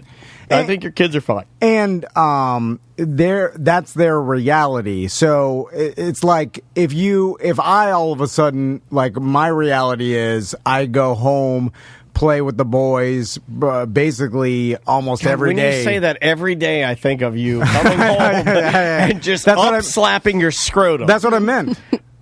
I didn't mean play with my sons. That's crazy. You an idiot. Yeah! That's what I want. That's what I needed today, buddy. Give it to me. And give it to me raw. That's what I like. Anyway, if I all of a sudden told them, like, hey, I'm switching careers, I'm going to be gone for 2 weeks on, 2 weeks off, it'd be a shock to them, and then they Going may to New York City, I'm a busker now. And they may have a problem with that, because all of a sudden they went from one to the other. But if your sons grew up and you always did this is what they're used to, and they have acclimated to that, they're fine with that. You know what I'm saying? Right. And it's all about what, like, is Josh, you're a good dad. You're either a good dad or you're not. I mean, there's a huge spectrum in between, and I don't know what that anybody lands on that. It was kind of like the family vibe, right? I mean, like it's not all about FaceTime in front of your kids. I mean, you can be in the room with your son or daughter or multiple children, not spend any time with them, and still say, hey, I was around them all the time, but you're not spending any time with them. Like, for instance, I didn't see my grandparents more than at the most 6 times a year, and that's if we were going to Virginia or they were coming to see us. Yeah. It didn't make me love them or have the experience be any less impactful. In fact, might have been more. You know, like, I miss them every single day of my life. That relationship was tight and rock solid. You know what I mean? So it's not about the time spent. And plus, they're smart and they understand what you're doing. They get it. Just try your best. That's all you can do. Yeah. It's seemingly like that's the only piece of advice that anyone gives me that is accurate, right? Yeah. Yeah. And the fact that you're even trying means I don't think anybody knows what they're doing, so just try your best. Oh, boy, did we learn that this year. My God, or last year, rather. Yeah. Nobody knows what they're doing. Also, it's hard because, like, the individual person, I don't want to get heavy, but like every individual person could be thinking that they're doing the right thing, but their own crazy trauma and everything could be leading them in the wrong direction. And their intent is like, oh, I'm doing this right, but it's like, nah, you're doing it. Okay, to go back like, I don't know, you have to let's go back look to at yourself. Josh's question then. If he thinks, man, I got to cut down on the maybe ask your Mountain kids, Dews. Josh, instead of us. Well, that's what I was going to say. He knows. I'm sure the level of communication is good enough there that they probably would say something. I mean, you and I have had instances. I know for myself, I'll speak for me. I've had instances where Maisie will be like, hey, can you like not be on your phone right now and come over and like help me with this? And that's fair. You know, but at least we talked about it, right? I mean, I get distracted all the time at home, and I find myself on my phone, and it's easy. And I'm like, what am I doing here? Like, and it constantly happens. It's like, oh, and let me just do this. Let me just do this. There's always something else that you have to do. It's like, let me just get this done, and then I'll play with Max and Tommy. That reminds me of the Creedence song "Someday." Someday we'll hang out. Someday never comes. Well, don't do that to your boys, Tom. No, listen, my boys are spoiled rotten with love and attention and it's fine. But anyway, I think everybody battles with it. You know what I'm saying? And then thinking they're like the fact not that you doing care enough. and you're worried about it. You're yeah, and that's what it comes down to. If you're worried about it, then most likely you're doing the right thing, and your kids will be fine. Indeed. Let's try this one. What's going on, hot tub and mini fridge? It's the Toad King. Yeah. Nobody's rocking any harder than Z159 the Toad. Turn it up and get your toad on. Okay, that's not. Oh man! All right, all right. Turn it up and get your toad on. All right, I'll go with it. Oh, Concrete Mike, this is He's his the favorite best. thing. Like he wish if we actually had He's the a best. hot tub and mini fridge morning show, he would be our number one fan. How quickly he'd be can- at every event? How quickly? There is a toad in the logo. How quickly can we buy a Chinese hunk of S toad costume? Oh, quick! We can send Butler to Party City right now. Because there's only one man that can stay in the costume the entire duration because he's built for the heat, and that's Concrete Mike, the original Toad King. We'll let him rock his helmet off for a little while, you know. Isn't Spirit Halloween opening like this? Oh, it's got to be soon. bet. It's got to be soon. Yeah. Butler, see if you could get us like a frog costume. Next day, Amazon. Yeah, next day Amazon. Doesn't matter. Any amount of money, throw at it. Thousands. Yeah. Ghost of Manute Bowl says he wants to petition to refer to the Fairville prize pack this weekend as the Toad Load. You can win a toad load of prizes. That's good. Yeah. That's Our listeners good. are funnier than us. They are funnier than us. It's only because we taught them. That's what I say. We take credit. You learned this from me. You learned all your wittiness and how to be quick. Yeah. So I'm slowing down. It's up to you guys to carry the torch. Their toad loads. Yeah. No, I mean, but they want the toad load. Like, they want it. You want the toad load, don't you, brother? They want. You got to throw a couple brothers in there too, because do we dabble with wrestling in this universe of Tom and Dan? Here, you know what? Everybody's screaming they want. I seen, and then what are you wearing for the event? I'm sorry, but it just had to be said. It just had to be said. I have a red Pamela Anderson one piece. no, dude. No. But I think Tom bought Deep V to the P ladies shirts. Yeah. What have you done? We'll be selling those. This event destroys our entire company. It tears it limb from beginning limb. of the end. Tears it from the fiber of its being. See, everybody says this is what they want, but wait until you see what you get. Yeah. Because this At first, everyone will like it and laugh, You know and what then it I'll is? get sad. You know what it is? It's We're the gonna be- version of me telling Tom, I like CC's pizza. The novelty of it's fun. And then I get there and I'm like, uh-oh. Because here's okay. I'm gonna full transparency. Last time you just set the chat room on fire with your red One Piece comment, Sam. You better be careful. last time we did this. This is full transparency. I don't remember the last time we did this. It was 7 years ago. Yeah, it was. At Johnny's. It was 7 years ago this very night. Back then, there was still like the Bikini Girl circuit. There was like just the end of it. Man, that was Seriously, shut down. Oh God! And then what That's happened? been dead for years. And like there was agencies, and basically there were bikini models that started. No, you're never an ex-bikini model. It's just like Marines. Once you've been there, you've been there. Always a bikini model. And then you could call them, and they would put send ringer girls to your bikini competition. Ringers, we mean? Well, for this one, we got the ringers light. We were running 6 and 7s that day, but normally you can get 8 and 9s. I'm just saying there was girls that were paid to show up. I know, and ride the shark. We were doing it. You did it last minute, so we got this. I didn't do nothing. We only had 1-8. We had 1-8, and she did not want to ride the shark. Remember? No, She put her heel down. She was like, I'm not getting on this thing. And then the other girls were like, oh my God, she said bougie. No, everybody was great. It's just that. Did you get any ringers? This year? Yeah. No. I didn't. That doesn't exist. Asking Roby first. Yeah, that doesn't exist anymore. Don't ask Roby. Never ask Roby. I don't know what's going to happen. We're going to be like, who wants to ride this thing? It could be. It's going to be like us doing an auction. It's going to be Roby. It's like an auction where you go up there. Literally, you'll be begging people to ride the shark. Yeah. It's just going to be drunk. There's going to be some drunk frat boys that'll ride it. They're. M-word Mac, he'll get on there. You know what I'm saying? I'm just saying that you got to be careful with that. I almost wish you'd just say Little Mac. Butler on there in a Star Wars helmet. Butler, you're going to ride, right? Yeah. Oh, he's on vacation. Oh, he's missing the event. That's right. He's going to yeah, he is. He's going to Germany with Uncle Dijon. Don't see the little German boys in the beer tents. Anyway, I can't imagine that this is going to be like a full-on old school 1997 Girls Gone Wild rager with all a major rager is what I think they used to be called. And like I'm just putting it out there, not to dissuade people from coming, but I don't know what's going to happen. We're not hiring any circuit girls to go. Well, what if I do? I might have to. That doesn't exist. I don't think. Grease the wheel a little bit. No, I don't. So you can no longer hire a bikini. What about the lady you used to text? Who used to be, she was like, Tom used to have this lady in his phone. She's like an ex-Playboy model or something. And then you text her, and then she's like Big Mama Circuit, and she knows all the little mamas that are like under her. They're like the younger girls, and she's like the house model.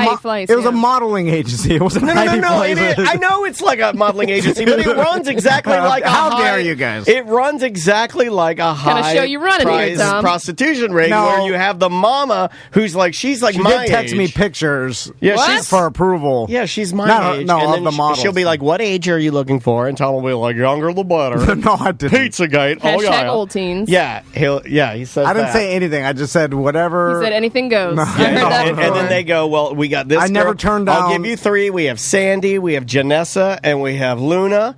24, 28, and 31. And he's like, well, 31's out.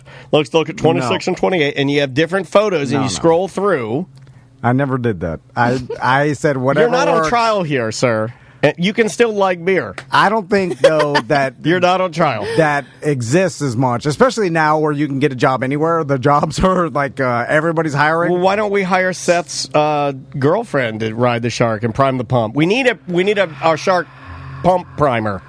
Yeah. I don't know. I told you I don't know if Seth's going anymore. Right. I didn't know that. Did we have a judge drop out? I don't know. Like Travis, he's scared of COVID. He just was concerned. I said, I listen.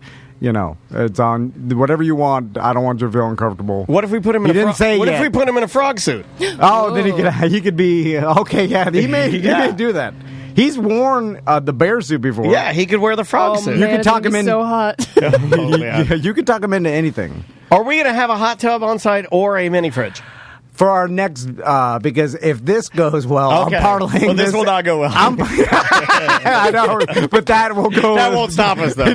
Nothing can stop us. At this point, we are an asteroid of entertainment. I'm already planning Miss Hot Tub and Mini Fridge. I was hoping you were doing that. We're doing it in Daytona, right?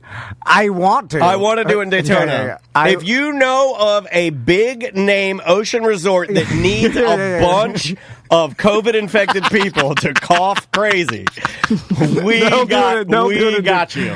We got you We covered. could get a stage. We could get, do this where I want the runway. The catwalk. On the pool. Yeah, catwalk. Then she can walk out there, and then we can have our Mexican intern Javier run out there and then butt kick her into the pool. That's what you do. You're like, oh, this girl, she's not doing the wet t-shirt contest. She's a prude. Javier, kick her in the pool. Yes, sir. Kicks her in. And Javier will be Tuttle in brown makeup. Oh, my God. Wait a minute, Then I got to step away from the show. I didn't approve that, but I did wonder why you bought the brown makeup already. It's sitting on your desk. It will be packed. Oh, man. It's going to be crazy. But it'd be terrible for our bottom line. It's going to be half bike week. Or one. It'll be half bike week. Okay, it's going to be because I don't know if we'd lose any. This event will be so spectacular. It'll be 1 quarter bike week, 1 quarter spring break, and 1 quarter BCR, all smashed into one. Oh my God! The world will implode. Oh yeah. We will go to jail for some sort of inciting a riot. You know what I'm saying? Like disturbing the peace. Something horrible would happen. I'll be or wonderful. They'll find me floating in the sargassum weeds, nude, just wearing a Bubba Gump Shrimp Company hat. Because somehow I wandered into the Daytona Beach Bubba Gump Shrimp, and I just went wild. I was knocking all of the menus off the tables. Busey's going to be in on Friday, and he I don't know why he made a living doing this. He rattles a lot of people. Is it still going in the chat room? A lot of people he rattles a little bit. They're like, I'd go to this event, but the fact that he's there scares me. I've seen that a couple times, and I'm like, why? It's because I think it's too it's funny because me and Daniel did see Quarantine Cribs. He's not the. I don't know. No, I think where he breaks things up. But I don't think he comes skydiving in and then he's like coughing every like it's epitome of hygiene. I don't know. I think it's more of like they're afraid of the party wild, atmosphere. like the wild, crazy party because they know that we're all talk. Yeah, I know. Right. Like this is not. And I'm here to prove everyone wrong. Oh, you're going hard in the paint? Well, I'm not saying I'm going hard in the paint, but I'm saying. Don't underestimate me. That's what I'm saying. Welcome to A Corporate Time with Tom and Dan. I'm Tom. I am Dan. Samantha, our producer's here. Butler's in the other room. I know Butler is buzzing around here like a happy little boy because it's one of our favorite days. It's when we get to drink live on the air. It's the scam that radio stations and big fat DJs have been pulling this for decades. Don't let them scam you. It is a scam so they can drink at work when you're not drinking at work. And is it fair? It's not fair. But hey, this is our job. This is how. Who am I to buck the system? Listen, I mean, this is our like putting on a roof on a hot day. Know, sometimes, and it's only.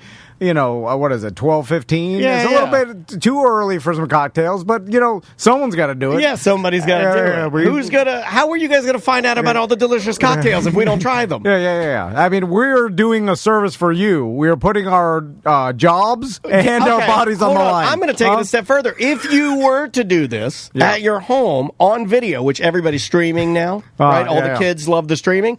If you did this live on your own Twitch stream, I would claim stolen valor because that's our gift. That's our gift. We drink on the show. Yes, not you. Stolen valor. You're not a professional. You're just pretending to do what we've been doing. I've been doing this for damn near 25 years.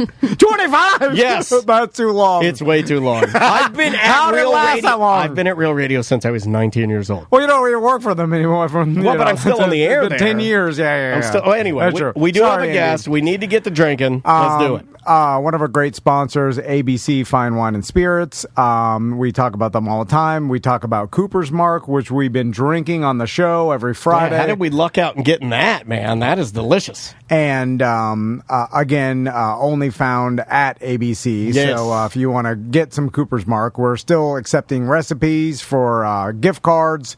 So if you have a recipe, send it to us. But we have someone from ABC here that's going to make us a cocktail on the show. Yeah. And I like how Butler passed the buck. Yes.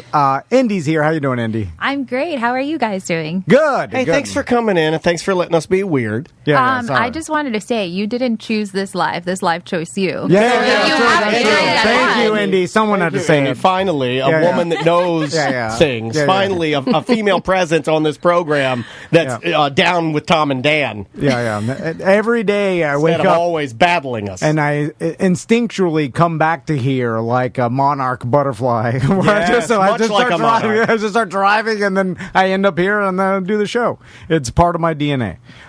Sorry, Andy. So what kind of drink are we making today? But before you tell us, I did have this revelation about what every adult should know how to make one complicated drink, because I feel like it's it's something that makes you an adult. Like it's better than just a screwdriver or vodka soda or something. Yeah, it does. I think knowing how to properly mix a cocktail, that is important. Yes, and just having one memorized. It's an entertainment skill, and having the here's the problem I have. Indy has everything set up very nice. I don't have the equipment. I got to get the gear. I got to get some drinking gear. When Butler does it for us and makes us a nice drink, I'm impressed. The only thing Butler does that I'm impressed by. I don't know if Indy knows this, but Butler saved his job making these Cooper's Mark drinks. I think Mark from Brevard saved his job. It was Mark from Brevard started the boulder rolling. But Butler is so good at mixing these drinks on our Friday Free shows that it really did change. It changed my attitude about it. Now I want to drink from him. He went from zero to hero. It's not even that good. It's just a little effort that he did. We're like, oh my God, he did something. Oh my goodness, what did he put orange juice in a glass? He did it. Sorry.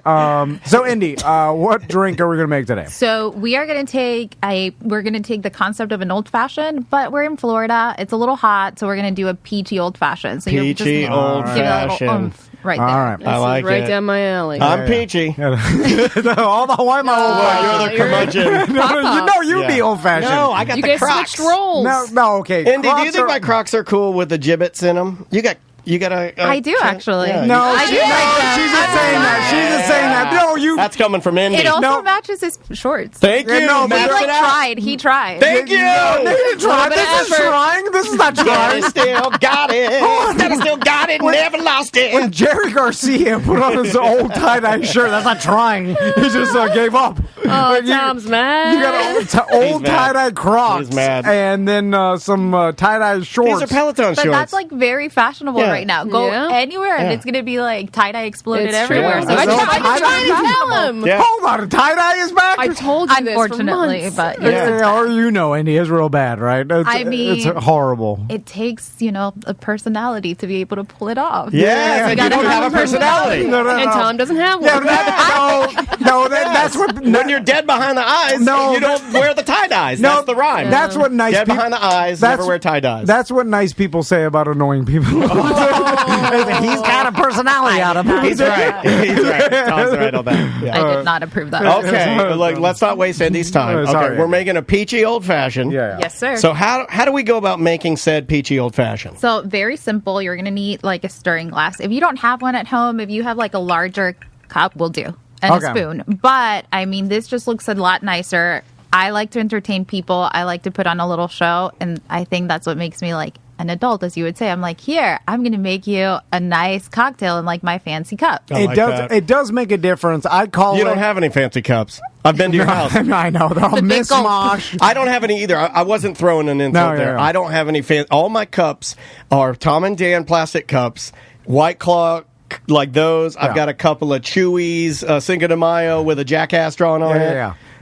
All the plastic kid cups. That fits in there, right? All the plastic. You can put the big spoon in there, and you can make you the cocktail in that cup. He does do that, and then he writes. Yeah, but that's trash. It is kind of trashy. I'm sorry, Andy. I'm embarrassed. Isn't that a little trashy? I'm just. It shouldn't be plastic. When my wife will keep all the plastic cups she gets to go at Tijuana Flats. Yes, I have a Hooters. And they're stacked up, and then they're like, "What? Why are we hoarding plastic cups? There's no need for this." Put these in the trash. It's trashy. And then I full transparency, when I unload the dishwasher, I take all the cups out and I put all the plastic cups still wet all into one cup. And then I let them dry into a mega cup. And then I put mega cup on there. And then when anybody else goes to get a drink, they're all stuck because of the little microscopic amount of dishwashing detergent still in the water. You can't break mega. It's mega cup. I do that every time. Also, I like the glass diamond plate, which like the etching. That's what I know is fancy. That is fancy. Yeah. I like this. All right, guys. Next Christmas. All right. I got you guys. All right. Okay. So in public now. So what do we do now? So we're going to start very simple. You're going to need 1.5 ounces of, obviously, Cooper's Mark. Peach flavor. You can also do it with a regular, bourbon. Okay. The regular Cooper's Mark bourbon. But like I said, we're in Florida. It's hot. We need a little bit of flavor. So 1.5 ounces. And you can watch this live on Twitch, twitch.tv/Tom and Dan Live, or follow the replays at YouTube, Tom and Dan Live. In your experience, I constantly make this mistake where if I'm mixing a mixed drink, and I don't have, usually it's for my wife because there was a run there. Pass the buck. She likes some vodka and LaCroix at night when we're watching our shows. Yeah, that's got a fitness drink. Yeah. And then, I'm pouring the shot, right? But then I do that move where I pour. She's going to want a 4 Mississippi. Yeah, but it goes all the way up, and I'm like, one shot, and then I keep pouring, and I'm like, that'll keep her quiet. Just that little extra on the top, and I'm like, that's for daddy. Yeah. You know what I'm saying? Because roll up in my mouth. No. I'm saying in the point of, having to deal with an annoying lady, not in a sexy time point. Is that what you thought? Sexy time, but what do you? So you were able to roll a dumb old man and Borat into one. I mean, I do that for my husband. He comes home and I'm just like, I've got a cocktail for you because maybe I don't want to hear it. Yeah. Andy gets it. And you pour it a little strong, to keep him from getting at you. I like you so much that if you're not on the program next time, dare I say, I'm going to be jonesing for Indiana Jones. That was my dream. To be Indiana Jones? Yeah. You know I dress what? up as Halloween. Like, whenever I don't have a costume, I just do, the name tag Jones, and then people ask me, and I'm like, I'm Indy Jones. That's good. That's perfect. And she's got the dad jokes, too. I love it. I like the better if you have the full whip and the hat and the whole... And the beard. You rub the ashes on your... They're like, what are you? And you're like, I'm Indiana Jones, you idiot. Obviously. Okay, let's continue. Back to the cocktail. Yeah. Which I do make it, precisely. It just looks a lot nicer. I'm like, hi, welcome, hub. Here's a cocktail. And then it's a nice welcoming. Anyway. And that too much alcohol will ruin the taste of a drink. Absolutely. You want it mixed correctly. Yeah. Absolutely. So back to the right measurements: 1.5 ounces of Cooper's Mark Peach Bourbon. All right. 1/4 ounce of simple syrup. 2 dashes of aromatic bitters, which I just recently became a super fan of. Yeah, now, I love a me some dash bitters, man. Is a drip or a splash? What's a dash? Basically, it's about a little drop in there. It's a drip plus. You give, you got to do the finger motion in there where you hit the top of the bottle. That's pretty much a dash. I think it's like a drip plus. Yeah. Where you get a drip. Splash is a little too much. A dash is like a drip plus. Gotcha. So then you're just gonna stir it there in the fancy cup. Oh, I like that. I like that kind of spoon, too. That looks like it could be a weapon. The long... it's like a trident. There's a fork spoon. Is that called something? And it's a twirly. They make it so the handle of the bartender spoon has got a swizzle to it. Yeah. What is it? It's a swizzle twizzle. It's a swizzle? Where do I get it? Where does one get a bar spoon? A swizzle twizzle spoon. I mean... Is that what I asked for? Pardon me. Fork spoon. Excuse me, young teen at Target. Do you know where I can find a swizzle twizzle? ABC Fine Wine and Spirits carries all of this. This is all from ABC Fine Wine and Spirits. Okay, I knew I'd seen it in there before. I spent a lot of time in ABC. So very simple. Like I said, you're going to pour all of the ingredients in the fancy mixing cup. Okay. You're going to want a big, larger ice cube is usually preferred, but if not, we don't carry those at home. I'm sorry. So, you're going to stir it, then stir it. And then you're going to want to stir it, pour it into fresh ice. Okay. Give it Is there an apple in there? It's actually a peach. God. Did you forget what kind of drink we were having? We only said it like I don't know where to put this in the end of the year old-fashioned. awards, but I feel like it has to Embarrassment have. in front of our clients. I mean, I know, but Write this down again. the whole segment? Are we going to God listen to the damn whole it. segment? There's no way we can listen to the whole segment while he embarrasses me in front of Indy. We've been drinking and talking about peach whiskey the whole time. I've never seen anybody cut a peach. I got an apple? You are so dumb. I like to eat my peaches on the bus whole. I like to eat my peaches on the bus. It's just a nice garnish, you guys. You gotta have it. If you're gonna be drinking at home, might as well make it pretty too. Oh my God, man.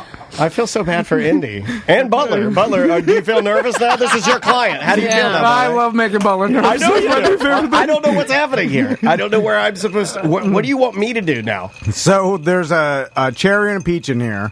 And I'm cherry. Seriously, the peach is cut like an apple. Oh my God, dude! It's fruit. An orange. So when only you cut an apples orange, can be cut that if way? you cut an orange in half, newsflash, it sort of looks like a round apple. My God! I'm more concerned about the last time you had fruit. They call me the Tom Brady of podcasts. No one has ever called you that. And she just slayed you with the scurvy joke. Our guest is concerned that you don't have enough vitamins in your life. Oh my God! They love Next time I'm gonna come back with like the pack of oranges. Yeah, and you're like the soccer mom. The chat room loves you, by the way. They just absolutely adore you. Thank you so much. I really All right, appreciate I'm gonna it. try this now. Well, I wish I was able to make it for everyone. Here we go. So It's a little bit peachy strong, old guys. fashioned. All right, just for us, just for the main guys on the show, not for the. I did not. Guys, do you have any plastic cups? Ooh. I will be happy to make some. Holy, That is Butler, good. your drinks suck. I'm back to hating you. I'm back to hating you more than I've ever hated you. Yeah. You're not. This is nowhere. Holy crap! This is good. Sam. Superpowers? Is it super? No. Properly mixed. This guy's been blowing my shoes off. Yeah, he did last I week. think he's been trying to get me drunk and get a hold of the ledgers. He's trying to get to the ledgers. He's just, like he's poisoning us. Have you noticed how much he's been drugging with us? syrup of Epicac in there? He's been Munchausen syndrome. He's been poisoning me and then asking me if I feel bad and then trying to get sympathy from other listeners about trying to care for me. This is a good drink. It's a great drink. You know what? For whatever reason, I thought like an old fashioned was like a very. Like an adult, like you had to have a certain palate for it, or strong. This is strong, though. This is strong. It's just because you combined everything correctly. You don't get that. I don't even know what you want to call it. I've heard certain people call it like that bite. That dragon, that kind of gets you in the back of the throat. Well, smooth. So you're supposed to sip it, right? Yeah. And then the whole purpose, too, there's really no mixers. Everything is pretty much whiskey. Yes, there's a little bit of simple syrup, but, even the aromatic bitters are still alcoholic. So there's really no mixer in there. That's why you're stirring it to dilute it a little bit, and then the ice is solely in there to dilute the drink. So you're not going to just see the ice shoot melting? it back. Yeah. You can kind of swirl it around and see. You can look on the top and you can almost see it mixing. Yeah. And then So good. and then it changes the flavor. And it also, this is the number one thing Tom and I were talking about last Friday. It makes me feel like an important person. Finally. Yeah. Like when I'm having. Oh, you're good. Don't even worry about it. When I'm having a mix to drink, I feel so powerful. Yeah. And it feels like a more proper thing to do when you get home from a hard day at work, and then Normally, what get home from a hard day work. Hey, did you eat lunch today? No. Well, I had the. He's having peaches. Yeah. I had a little bit of rice. I'm starving myself. Why are you doing it again? I'm doing it again. Okay. I'm just trying to. Don't do it. All right, Sam. Let me get the verdict on you. It's really good, man. Oh, yeah, that's good. Yeah, it's good just stuff. it's just good, man. I didn't think I liked peach whiskey, and now I know I love This is peach whiskey. really refreshing. Yeah.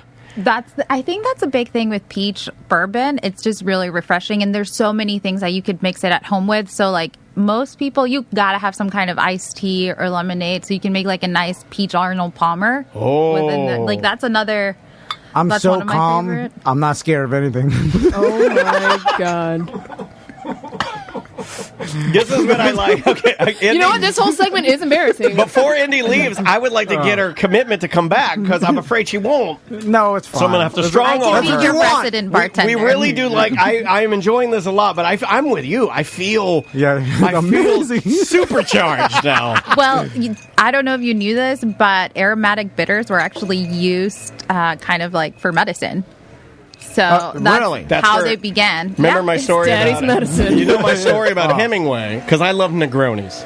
Negroni is my all-time favorite, best tasting. I love it. Now my wife, not so much. She says it tastes like quote shoe leather. It's an acquired taste because there's a decent amount of bitters in there, but I enjoy that taste. Yeah, and Hemingway used to say that it offsets the negative aspects of the alcohol are offset by the bitters in the drink. Gotcha. Not true. Oh, really? That is not true. So what He would lie. Is it just like tweaking the taste of the cocktail? Like, what's the whole purpose of bitters? Yeah. So it adds a little bit of just in general. So bitters are really, really powerful.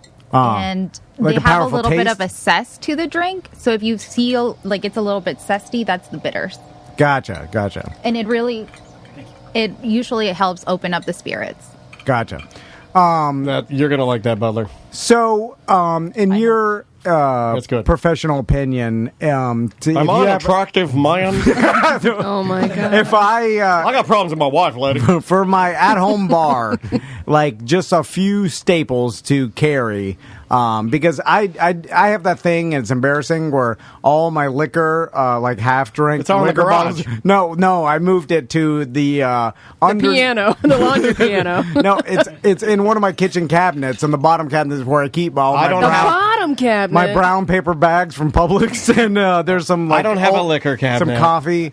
I want to. There's two things I want to buy this year, and it goes into what you're saying. I want to buy a true, like a nice liquor cabinet, fold-out liquor cabinet that has an area where I can open it up and then serve and mix. And then I want to buy a record cabinet for my record player instead of just having it sit on a piece of IKEA furniture. I'm going old school. I'm buying, and I want mid-century modern, which is not expensive at all.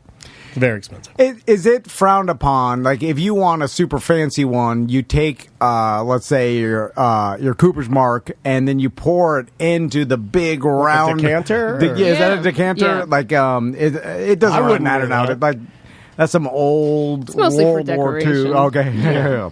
But all the decanters my mom ever had were like all the little crevices of where they chiseled the I guess the crystal, they're all dusty. Oh yeah, they will get dusty. Like old people have dusty diamond plate. Yeah, they all have dusty diamond plate. Hi everybody, I'm Dusty Diamond Plate. Come on down to my car wash. No, it gets so dusty that I'm like, I would look at my mom and be like, why? This is disgusting. Why are you using this? Dunk that in a bucket. I think it's straight up decoration. Yeah. I have too, and I don't think I've poured anything that's in the now the decanter. glasses though, I'll take the glass because the glass is usable. Thick. Yeah, these are fantastic. I told you guys, Christmas gifts. But if you were going to get like a couple staples for your liquor cabinet, good question. What would you suggest people get? So this is just me personally. I feel like bourbon, tequila, and vodka are just really good to have. Because vodka's super versatile. You can mix it with everything. You can barely taste it. I think tequila, who doesn't like a good margarita? Yeah, well, tequila that's my wife doesn't drink, but the only thing she will drink is tequila, good tequila straight. That's what she enjoys. It is straight? Weird. She likes it straight. Ooh. She likes the taste of it, but it's a treat to her. So she will splurge and buy $high tequila. Should you get some grenadine or some bitters, like mixers? Yeah.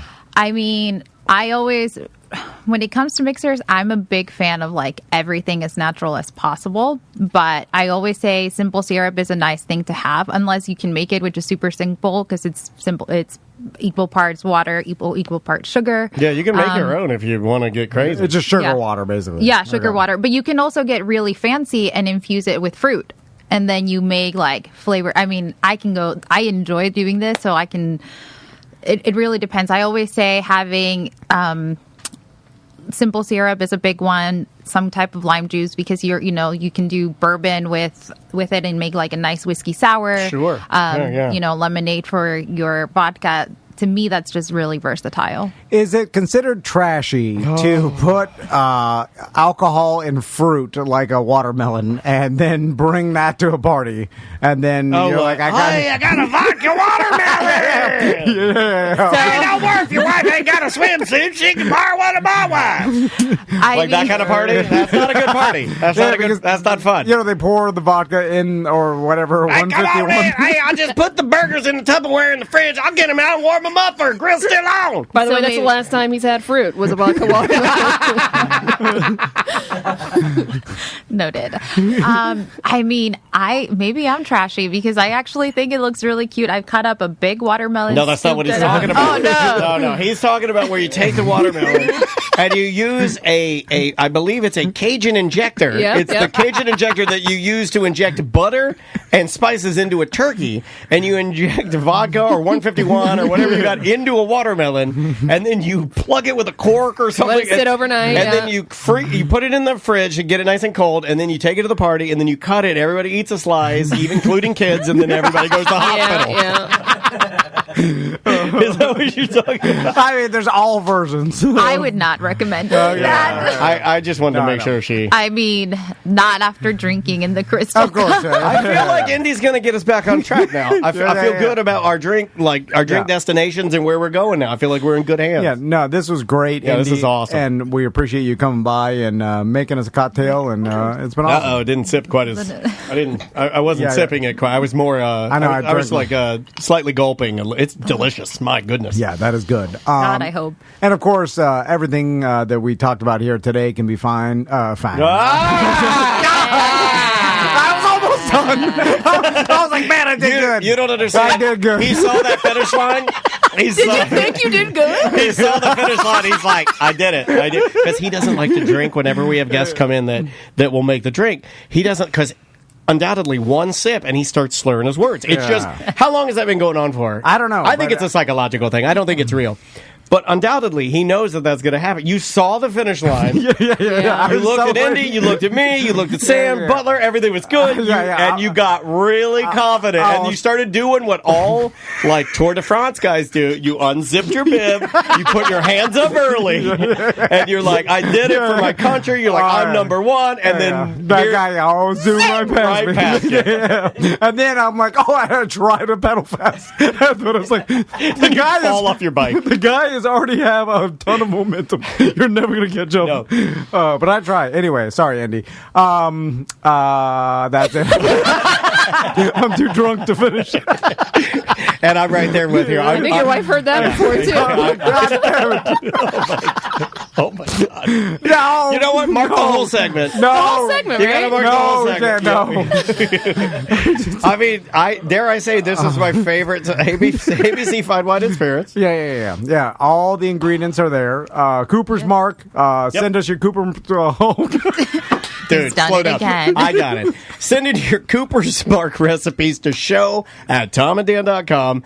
You can send it to anybody on the show. It'll get back to Butler, and we'll go from there, picking new recipes and on our little journey of mixing cocktails instead of just relying on beer. Sam's Who's judging the recipes? I always choked and died. What's that now? Who's judging the recipes? Butler, would you like to take... I kind of do. Yeah. Right. Yeah. Let's let somebody qualify. This is a great day. Hold on. That was the only job he had here. And now you're going to do it for him. Wait a minute. It seems to be a pattern where he finds someone better qualified and hands the job off. It's like when I try to use the washing machine. I'm like, I don't know how to do this, and I throw my hands up. My wife's like, get out of here. Yeah. I should You shouldn't have said that. All right, we're gonna end the segment. We're gonna walk slowly away from the Cooper's Mark. That doesn't mean you have to. ABC Fine Wine and Spirits. Check it out. Indy, thank you so much. Thank you so much. And do you want to give out social media or plug anything? Yeah, please. I kind of have to. You can follow us on ABC Fine Wine Spirits on Instagram. You'll find all these recipes. You can find this particular recipe on abcfws.com. We have a bunch of recipes, not just anything that's spirits, but if you like cooking with liquor, that's also your place to check out. Oh, yeah. You can make an amazing, chicken with like a peach barbecue glaze. Oh, I do that. I didn't think of being a peach bourbon barbecue glaze. Hold on a second. It brings it up to a whole other level. And you can also have your spirits delivered. I just have to point that out. If you don't want to leave your house, you can order it online, have it delivered to your home. It's amazing. It's almost too fast. In fact, one time I ordered it to the house, and it was because my wife was the only person there. Nude. yeah. What are you doing? I'm trying to take some heat off of you, brother. I told you I'd follow you to hell. I told you I'd follow you to hell. That's why I'm with you. Yeah. Business partner. Yeah, that's when we shake hands like Vikings. Okay. All right. We've done enough damage here. Andy, thank you so much. Guys, we'll take a break and come back with more A Corporate Time right after this.